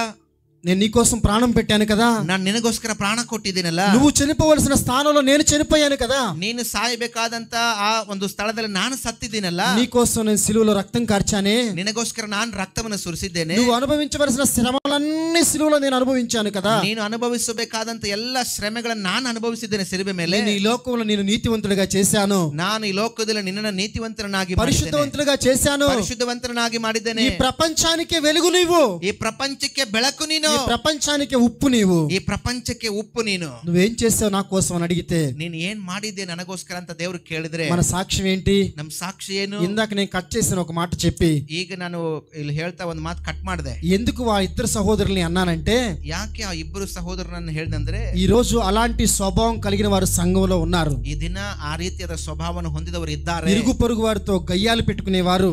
ಜೊತೆಲಿ ಇರುವವರ ಜೊತೆಲಿ ಒಂದು ರೀತಿಯಾದ ఇరుగు పొరుగు వారితో, ನಮ್ಮ ಮನೆ ಮುಂದೆ ಪಕ್ಕದಲ್ಲಿ ಇರುವವರ ಜೊತೆಲಿ ನಾವು ಒಂಥರ ಗಯ್ಯಾಳಿತರ ಅಂತ ಹೇಳ್ತೇವಲ್ಲ, ಹಾಗೆ ಇರೋ ರೀತಿ. ఏమండి, ఎన్నో కొట్లాట్లు, ಏನ್ರಿ ಎಂತ ಜಗಳಗಳು, అసహ్యకరమైన ఈ రోజు క్రైస్తవులు చేస్తున్నారు. ಅಸಹ್ಯಕರವಾದದನ್ನು ಈ ದಿನ ಕ್ರೈಸ್ತರು ಮಾಡ್ತಾ ಇದ್ದಾರೆ. ఒక పాస్టర్ గారి దగ్గరికి వచ్చి ఒక సహోదరి చెప్తుంది, ಒಬ್ಬ ಪಾಸ್ಟರ್ ಹತ್ರ ಬಂದು ಒಬ್ಬ ಸಹೋದರಿ ಹೇಳ್ತಾಳೆ, పలానా ఆమె ಆ ಒಬ್ಬ ಸಹೋದರಿ మీ చర్చికి వస్తుంది కదా, ನಿಮ್ಮ ಚರ್ಚಿಗೆ ಬರ್ತಾಳಲ್ಲ, ನಿಮಗೆ ದೊಡ್ಡ ನಮಸ್ಕಾರ ರೀ ಅಪ್ಪ. ఇదే చెప్తారా మీకు సంఘంలో? ಹೀಗೆ ಹೇಳ್ತಾರ ನಿಮಗೆ ಸಭೆಯಲ್ಲಿ? ఇదే నేర్పిస్తున్నారా సంఘానికి మీ బోధ? ಹೀಗೆ ಹೇಳ್ತಾರ ನಿಮ್ಮ ಸಭೆಯಲ್ಲಿ ನಿಮಗೆ ಬೋಧನೆ? మీ దేవుడు ఇలా చేయమని చెప్పాడా? ನಿಮ್ ದೇವ್ರು ಹೀಗೆ ಮಾಡಂತ ಹೇಳಿದ್ದಾನ? ఈ అమ్మ ఆ ఇల్లు వాకిలి శుభ్రంగా తుడుస్తుంట ఆవిడ ఇంటి ముందు.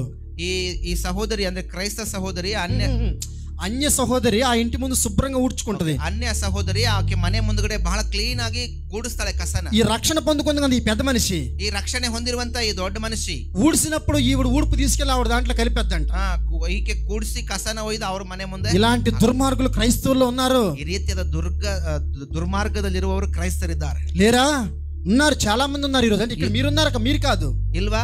ಇದ್ದಾರೆ, ನೀವಲ್ಲ, ಇದ್ದಾರೆ ಅನೇಕರು. చాలా మంది క్రైస్తవులు ఉన్నారు. ಬಹಳ ಜನ ಅನೇಕರು ಕ್ರೈಸ್ತರಿದ್ದಾರೆ. గాంధీజీ మన పచ్చ నోటు మీద ఉంటాడు కదా, గాంధీ తాత. ನಮ್ಮ ಹಸಿರು ನೋಟ್ನಲ್ಲಿ ಇದ್ದಾನಲ್ಲ ಗಾಂಧಿ ತಾತ, ఆనాడు ఒక మాట చెప్పాడు. ಆ ದಿನ ಒಂದು ಮಾತು ಹೇಳಿದ್ದಾರೆ, యేసు క్రీస్తు ప్రభు అంటే నాకు చాలా ఇష్టం, ಯೇಸು ಸ್ವಾಮಿ ಅಂದ್ರೆ ನನಗೆ ಬಹಳ ಇಷ್ಟ, కానీ క్రైస్తవులు అంటే హేట్ అన్నాడు అనమాట. ಆದ್ರೆ ಕ್ರೈಸ್ತರಂದ್ರೆ ಐ ಹೇಟ್ ಅಂತ ಹೇಳ್ತಾನೆ. అంటే వారంటే నాకు ఇష్టం లేదన్నాడు ఆయన. ಅಂದ್ರೆ ಅವ್ರಂದ್ರೆ ನನಗೆ ಇಷ್ಟ ಇಲ್ಲ. ఎందుకో తెలుసా? ಯಾಕೆ ಗೊತ್ತಾ? క్రైస్తవులు ప్రవర్తించిన ప్రవర్తనను బట్టి, ಕ್ರೈಸ್ತರು ಮಾಡಿರುವಂತ ವರ್ತನೆಗಳ ನಿಮಿತ್ತವಾಗಿ, నీ ప్రవర్తన, ನಿನ್ನ ವರ್ತನೆ, నా ప్రవర్తన ನನ್ನ ವರ್ತನೆ ప్రజలను రక్షణలోనికి నడిపించేదిగా ఉండాలి. ಜನರನ್ನ ರಕ್ಷಣೆಗೆ ನಡೆಸುವಂತದ್ದಾಗಿರ್ಬೇಕು. ఎంతమంది ఈ రోజు ఆ స్వభావాన్ని మనం కలిగిన వారిగా ఉన్నాం? ಎಷ್ಟು ಜನ ಇವತ್ತು ನಾವು ಆ ಸ್ವಭಾವವನ್ನು ಹೊಂದಿದವರಾಗಿ, మంచోడుగా ఉండడం కష్టమే, ಒಳ್ಳೆಯವರಾಗಿರೋದು ಕಷ್ಟನೇ, చాలా కష్టం. ಬಹಳ ಕಷ್ಟ.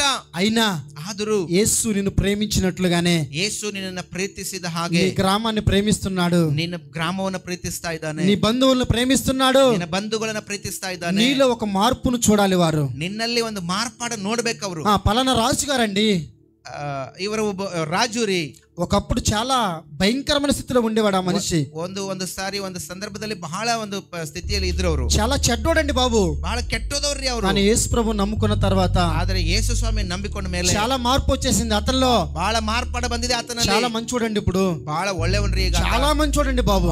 ಬಹಳ ಒಳ್ಳೆ రాజు మనసు చాలా మంచి మనసు, ರಾಜನ ಮನಸ್ಸು ಬಹಳ ಒಳ್ಳೆ ಮನಸ್ಸು. ఈ సాక్ష్యం ఉందా నీకు నాకు నీ గ్రామంలో? ಈ ರೀತಿಯಾದ ಸಾಕ್ಷಿ ನನಗೂ ನಿನಗೂ ಇದೆ ನಿಮ್ಮ ಗ್ರಾಮದಲ್ಲಿ. నీ బంధువుల్లో ఈ సాక్ష్యం ఉందా నీకు నాకు? ಬಂಧುಗಳಲ್ಲಿ ಸಾಕ್ಷಿ ಇದೆನಾ ನಿಮಗೆ? రక్త సంబంధికులు ఈ సాక్ష్యాన్ని పొందుకున్నావు మనం?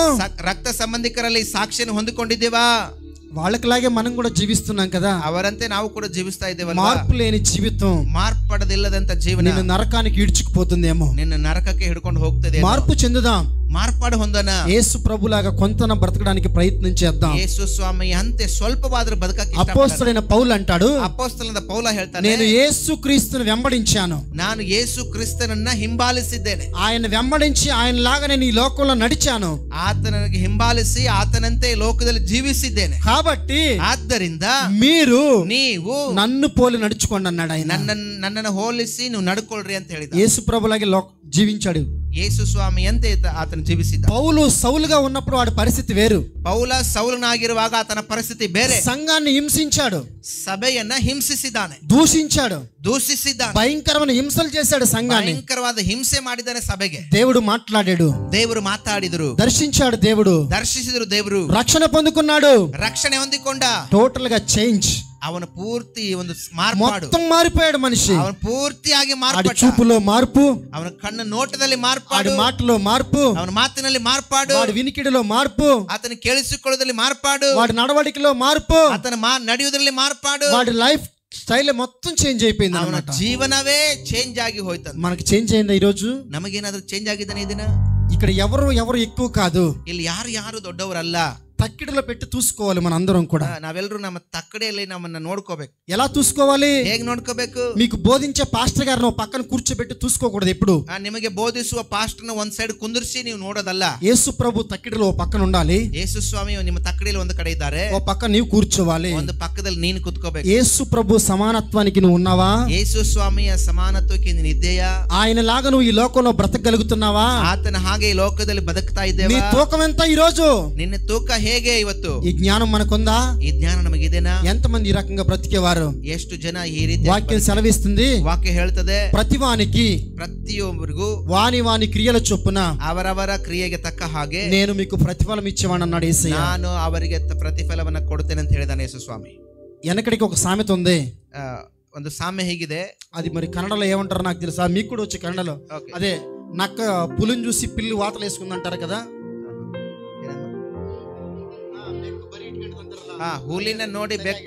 ಹುಲಿನ ನೋಡಿ ಬೆಕ್ಕು ಬರೆ ಇಟ್ಕೊಂಡಿತ್ತಂತೆ. ಹಾಗೆ దాని అర్థం ఏంటో తెలుసా? ಅದ್ರ ಅರ್ಥ ಏನು ಗೊತ್ತಾ? పులికి గీతలు ఉంటాయి, దాని స్వభావం అంతే.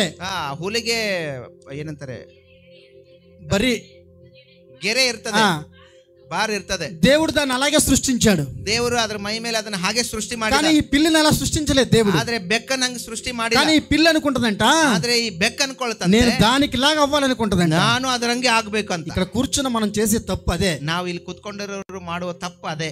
వాళ్ళు ఎవడో స్టేజ్ మీద పాటలు పాడాడు అనుకోండి, ಅವ್ರು ಯಾರೋ ಒಬ್ರು ಸ್ಟೇಜ್ ಮೇಲೆ ಬಂದು ಹಾಡಾಡ್ಯಾರ ಅನ್ಕೊಳ್ರಿ, లేదా ఏదైనా చేసాడు అనుకోండి, ಬೇರೆ ಏನೋ ಮಾಡ್ಯಾರ ಅನ್ಕೊಳ್ರಿ, నువ్వు అలాగ అయిపోవాలని ప్రయత్నం చేయొద్దు. ನೀನು ಹಾಗಾಗ್ಬೇಕಂತ ಪ್ರಯತ್ನ ಮಾಡ್ಬೇಡ. నీ ఎడల దేవుడు ఒక ఉన్నతమైన ఉద్దేశాన్ని ఉంచాడు. ఉద్దేశించాడు. ನಿನ್ನ ನಿಮಿತ್ತವಾಗಿ ದೇವರು ಒಂದು ಉನ್ನತವಾದ ಉದ್ದೇಶವನ್ನು ಇಟ್ಟಿದ್ದಾನೆ. నీ గురించి ఒక ప్రణాళిక దేవుడు ఉద్దేశించాడు. ನಿನ್ನ ಕುರಿತಾಗಿ ದೇವರು ಒಂದು ಪ್ರಣಾಳಿಕೆಯನ್ನು ಇಟ್ಟಿದ್ದಾನೆ. ఆ ప్రణాళికలో కొనసాగడానికి ప్రయత్నించి ಆ ಪ್ರಣಾಳಿಕೆಯಲ್ಲಿ ನೀನು ಮುಂದೆ నీ ಸಾಗೋದಕ್ಕಾಗಿ హృదయాన్ని యేసు ప్రభుకి ఇవ్వు. ನಿನ್ನ ಹೃದಯವನ್ನ ಯೇಸು ಸ್ವಾಮಿ ಕೊಡು. యేసు ప్రభులాగా జీవించడానికి ప్రయత్నించే. ಯೇಸು ಸ್ವಾಮಿಗ ಹಾಗೆ ಜೀವಿಸೋದಕ್ಕೆ ಪ್ರಯತ್ನ ಮಾಡು. ఆ పిల్లిలాగా వాతలేసుకోవడానికి ప్రయత్నం చేయొద్దు. ಆ ಬೆಕ್ಕಿನಂತೆ ಬರ ಹೇಳ್ಕೊಳ್ಳಕ್ಕೆ ಪ್ರಯತ್ನ ಮಾಡಬೇಡ. వాతలేసుకునే వాళ్ళే చాలా ఎక్కువ క్రైస్తవుల్లో.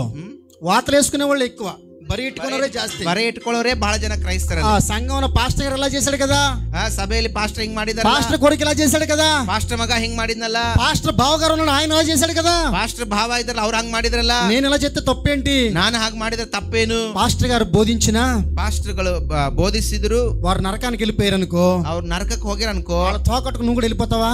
ಬಟ್ಟೆ ಕೊಂಡೇಡ್ಕೊಂಡು ನೀನು ಹೋಗ್ತೀಯಾ? నువ్వు వెళ్ళవు కదా.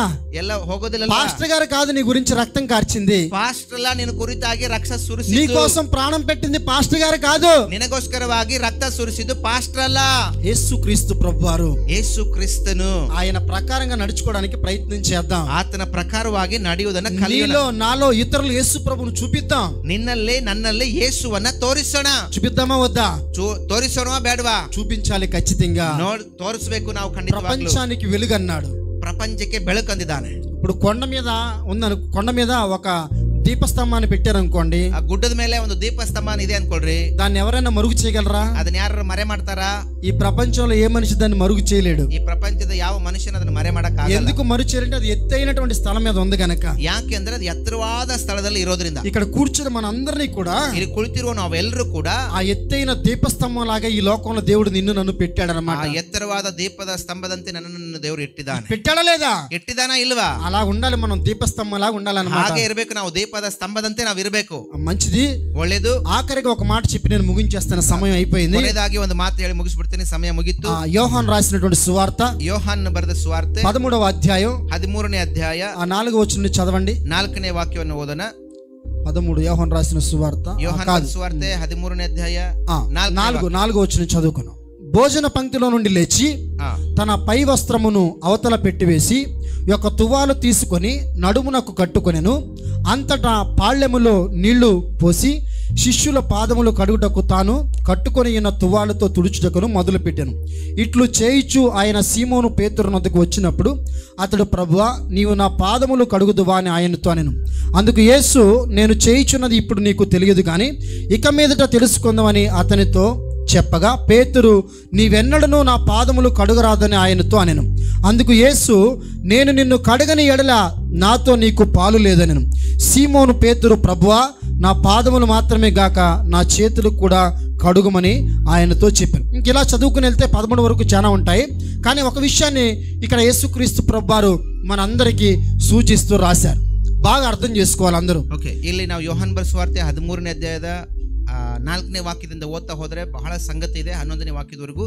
ಆದರೆ ಸಮಯ ಇಲ್ಲದ್ರಿಂದ ನೀವು ನೋಡ್ರಿ. ಹಾಗೆ అక్కడ యేసు ప్రభు వారు చేసిన పని ఏంటి? ಅಲ್ಲಿ ಯೇಸು ಸ್ವಾಮಿ ಮಾಡಿರುವ ಕೆಲಸ ಏನು? ఆ ఉన్న 12 మంది శిష్యులు, ಅಲ್ಲಿ ಇರುವಂತ 12 ಜನ ಶಿಷ್ಯರು, నేను గొప్పవాణ్ణి, ನಾನು ದೊಡ್ಡವನು, నేను పెద్దోణ్ణి, ನಾನು ದೊಡ್ಡವನು, నేను పలానా ನಾನು ಒಬ್ಬ ಹೀಗೆ అనుకున్నారు. ಅಂದ್ಕೊಂಡ್ರು. భోజనానికి కూర్చున్నారు. ಆ ಊಟಕ್ಕೆ ಕೂತ್ಕೊಂಡ್ರು. భోజనానికి కూర్చున్నప్పుడు ಊಟಕ್ಕೆ ಕೂತಾಗ ఆ యేసు ప్రభు వారు లేచి ಆ ಯೇಸು ಸ್ವಾಮಿ ಎದ್ದು ఆ 12 మంది శిష్యులను బయటికి పిలిచి ಆ 12 ಜನ ಶಿಷ್ಯರನ್ನ ಕರೆದು ఒక పళ్ళెని తీసుకున్నారు, ಒಂದು ಪಾತ್ರೆಯನ್ನು ತೆಗೆದುಕೊಂಡ್ರು, నీళ్లు తీసుకున్నారు, ನೀರನ್ನು ತೆಗೆದುಕೊಂಡ್ರು, ఒక టవల్ తీసుకున్నారు, ಒಂದು ಟವಲ್ ತಗೊಂಡು నడానికి కట్టుకున్నారు, ಆ ಒಂದು ನಡಕ್ಕೆ ಕಟ್ಟಿಕೊಂಡ್ರು. అక్కడ శిష్యుల పాదాలను కడగడం ప్రారంభించారు. ಅಲ್ಲಿ ಶಿಷ್ಯರ ಪಾದಗಳನ್ನ ತೊಳೆಯಕ್ಕೆ ಪ್ರಾರಂಭ ಮಾಡಿದ್ರು. దీనికి అర్థం ఏంటి? ಇದಕ್ಕೆ ಅರ್ಥ ಏನು? నేను కూడా, ನಾನು ಕೂಡ మీలాంటి వాడనే, ನಿಮ್ಮಂತವನೇ.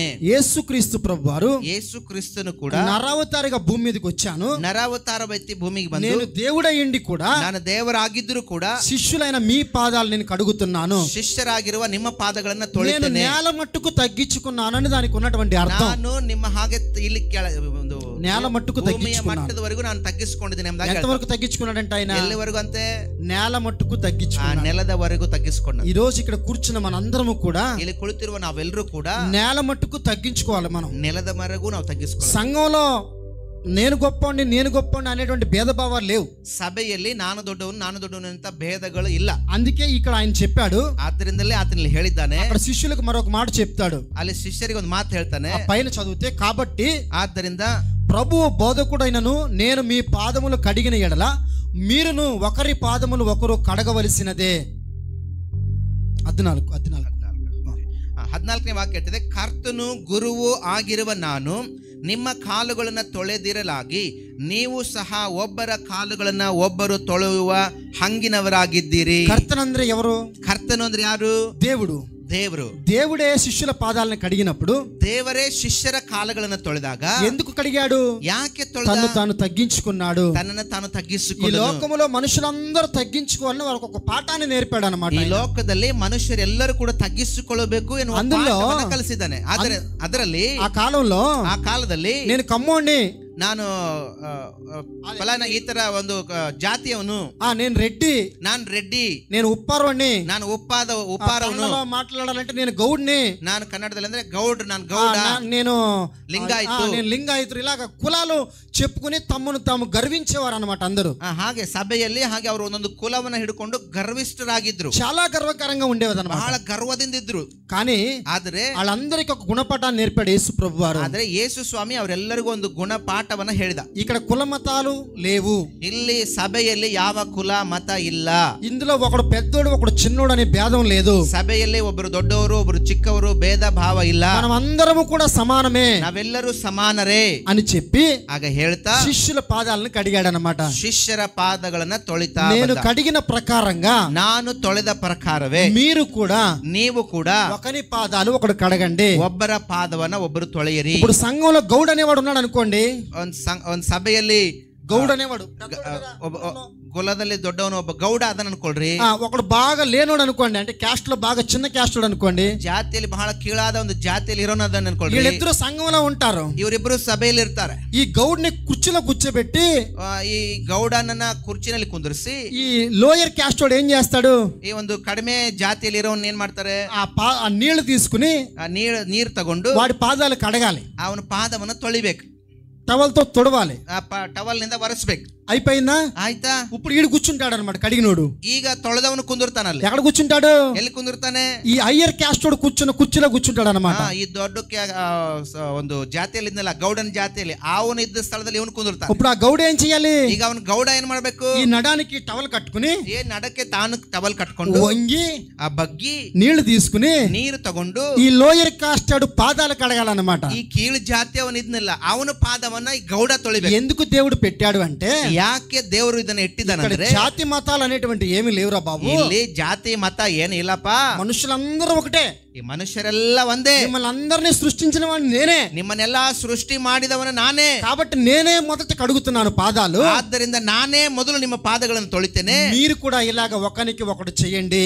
ನೀವು ಕೂಡ ಹೀಗೆ ಒಬ್ಬರಿಗೊಬ್ಬರು ಮಾಡ್ರಿ. మీరందరూ ఒకటే, ನೀವೆಲ್ಲರೂ ಸಮಾನರೇ, మీరందరూ క్రీస్తులో కడగబడిన వారే, ನೀವೆಲ್ಲರೂ ಕ್ರಿಸ್ತನಿಂದ ತೊಳೆಯಲ್ಪಟ್ಟವರೇ అని ఈ ప్రపంచానికి ఒక నిదర్శనాన్ని యేసు ప్రభు వారు చూపించారు. ಹೀಗೆ ಯೇಸು ಸ್ವಾಮಿ ಲೋಕಕ್ಕೆ ಒಂದು ಹೀಗೆ ನಿದರ್ಶನವನ್ನು ತೋರಿಸಿದ್ದಾರೆ. ఎంతమంది ఈ రోజు చేయగలుగుతున్నాం మనం? ಎಷ್ಟು ಜನ ನಾವು ಇವತ್ತು ಇದನ್ನ ಮಾಡ್ತೇವೆ? చాలా మందికి రిజర్వేషన్ సీట్లు ఉంటాయి చర్చిల్లో. ಬಹಳ ಜನಕ್ಕೆ ರಿಸರ್ವೇಶನ್ ಸೀಟ್ ಇರ್ತದೆ ಚರ್ಚಲ್ಲಿ. ఈ పక్కన వాళ్ళు నెచ్చిన వాళ్ళే కూర్చోవాలి. ಇವ್ರ ಪಕ್ಕಕ್ಕೆ ಅವರು ಬಹಳ ಹತ್ತಿರದವರೇ ಕುತ್ಕೋಬೇಕು. వేరేవాడు ఎవడో కూర్చోకూడదు. ಬೇರೆಯವರು ಯಾರು ಕುತ್ಕೊಳ್ಳಂಗಿಲ್ಲ. వాళ్ళకి ఇష్టం లేనివాడు ఎవడన్నా వచ్చి కూర్చున్నాడు అనుకో, ಇಷ್ಟ ಇಲ್ಲದಿರೋನು ಯಾರು ಬಂದು ಕುತ್ಕೊಂಡ್ರೆ ಅನ್ಕೋ, కళ్ళు ఇంత పెద్దవి చేస్తాం అన్నమాట. కన్ను ఇంత దొడ్డు ಮಾಡ್ತೀವಿ ನಾವು, ಕಣ್ಣು ಇಷ್ಟು ದೊಡ್ಡದು ಮಾಡ್ತೀವಿ ನಾವು, ఇలా చూస్తా ఉంటాం, ಹಿಂಗೆ ನೋಡ್ತಾ ಇರ್ತೀವಿ. తాస్పం బుస్ కొడుతుంది కదా, బుస్ బుస్ అని. ಹಾವು ಬುಸ್ ಕೊಡ್ತದಲ್ಲ, ಬುಸ್ ಬುಸ್ ಅಂತ. ఈడు బుస్సులు కొట్టేస్తా ఉంటాడు లోపల, పైకి చెప్పడంతే. పక్కದಲ್ಲಿ ಕುಂತ ನೋಡಿ బుస్ కొಡ್ತಾ ಇರ್ತಾನೆ. వచ్చేసాడు, రావాలి, ಹಂಗೆ ಬರ್ಲಿ, ఆడు వచ్చాడు, ಅವನ್ ಬಂದಾನ, ఆడు ఎలా కూర్చున్నాడు, ಹೆಂಗ್ ಕುತ್ಕೊಂಡಾನ. ఈ దరిద్రం ఆనాడు కూడా ఉంది, ಈ ದರಿದ್ರ ಆಗ್ಲಿಂದನೂ ಇದೆ. వీటన్నిటిని తీసివేయడానికి, ಇದನ್ನೆಲ್ಲವನ್ನ ತೆಗೆದು ಹಾಕೋದಕ್ಕೆ, ఇది ఏమి భేదభావాలు లేవురా అని చెప్పడానికి, ಯಾವ ಭೇದ ಭಾವ ಇಲ್ಲ ಅಂತ ಹೇಳಿದ್ರೆ, యేసు ప్రభువు తన పాదాలను కడిగాడు అన్నమాట, శిష్యుల పాదాలను కడిగాడు. ಯೇಸು ಸ್ವಾಮಿ ಶಿಷ್ಯರ ಕಾಲುಗಳನ್ನು ತೊಳೆದಿದ್ದಾರೆ. ఇక్కడ కూర్చున్న మన అందరం కూడా, ಇಲ್ಲಿ ಕುಳಿತಿರುವ ನಾವೆಲ್ಲರೂ ಕೂಡ, మేమిద్దరం కూర్చుని ఇంట్లో ఆలోచన చేసాం. మా ఇంట్లో ನಾವಿಬ್ರು ಕುತ್ಕೊಂಡು ಮನೆಯಲ್ಲಿ ಆಲೋಚನೆ ಮಾಡಿದ್ವಿ, ప్రార్థన చేసాం, ಪ್ರಾರ್ಥನೆ ಮಾಡಿದ್ವಿ. సంఘంలో ఈ కార్యక్రమాన్ని ప్రారంభించాలి, ಸಭೆಯಲ್ಲಿ ಈ ಕಾರ್ಯಕ್ರಮವನ್ನು ಪ್ರಾರಂಭಿಸಬೇಕು. సంఘంలో ఒకడు గొప్పోడు లేడు, ಸಭೆಯಲ್ಲಿ ಒಬ್ಬನು ದೊಡ್ಡವನಿಲ್ಲ, ఒకడు చిన్నోడు లేడు, ಒಬ್ಬನು ಚಿಕ್ಕವನಿಲ್ಲ, ఒకడు పెద్ద కులము లేదు, ಒಬ್ಬನು ದೊಡ್ಡವನ ಕುಲ ಇಲ್ಲ, చిన్న కులము లేదు, ಸಣ್ಣ ಕುಲ ಇಲ್ಲ, అందరం ఒకటే.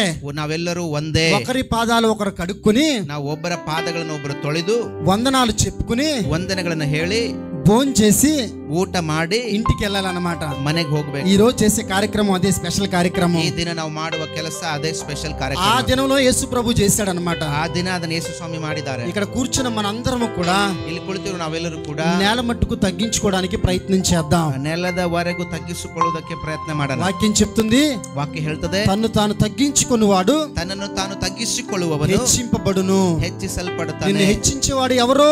ನಿನ್ನನ್ನು ಹೆಚ್ಚಿಸುವವರು ಯಾರು? యేసుక్రీస్తు ప్రభువారు ఒక్కరే. ಯೇಸು ಕ್ರಿಸ್ತನೊಬ್ಬನೇ. నిన్ను ఉద్ధరించేవారు ఎవరు? ನಿನ್ನನ್ನು ಉದ್ಧರಿಸುವವರು ಯಾರು? యేసుక్రీస్తు ప్రభువారు ఒక్కరే. ಯೇಸು ಕ್ರಿಸ್ತನು ಒಬ್ಬನೇ. నీ స్థితిగతులు మార్చగలిగిన వారు ఎవరు? ನಿನ್ನ ಸ್ಥಿತಿಗತಿಗಳನ್ನು ಮಾರ್ಪಡಿಸುವವರು ಯಾರು? యేసుక్రీస్తు ఒక్కరే. ಯೇಸು ಕ್ರಿಸ್ತನು ಒಬ್ಬನೇ. నీకున్న వ్యాధిని తొలగించేవారు ఎవరు? ನಿನಗಿರುವ ವ್ಯಾಧಿಯನ್ನು ತೊಲಗಿಸುವವರು ಯಾರು? యేసుక్రీస్తు ఒక్కరే. ಯೇಸು ಕ್ರಿಸ್ತನು ಒಬ್ಬನೇ. కాబట్టి ಆದ್ದರಿಂದ ఆయన బలిష్టమైన చేతుల కింద ಆತನ ಬಲವುಳ್ಳ ಹಸ್ತದ ಕೆಳಗೆ దీన మనసులై ఉందాం. మనం ದೀನ ಮನಸ್ಸಿನಿಂದ మనల్ని మనం తగ్గించుకుందాం. ನಾವು ತಗ್ಗಿಸಿಕೊಳ್ಳೋಣ. ఈ మాటలు ಈ ಮಾತುಗಳನ್ನ ప్రభు దీవించి ఆశీర్వదించును గాక. ದೇವರು ಆಶೀರ್ವದಿಸಲಿ. ఆమేన్.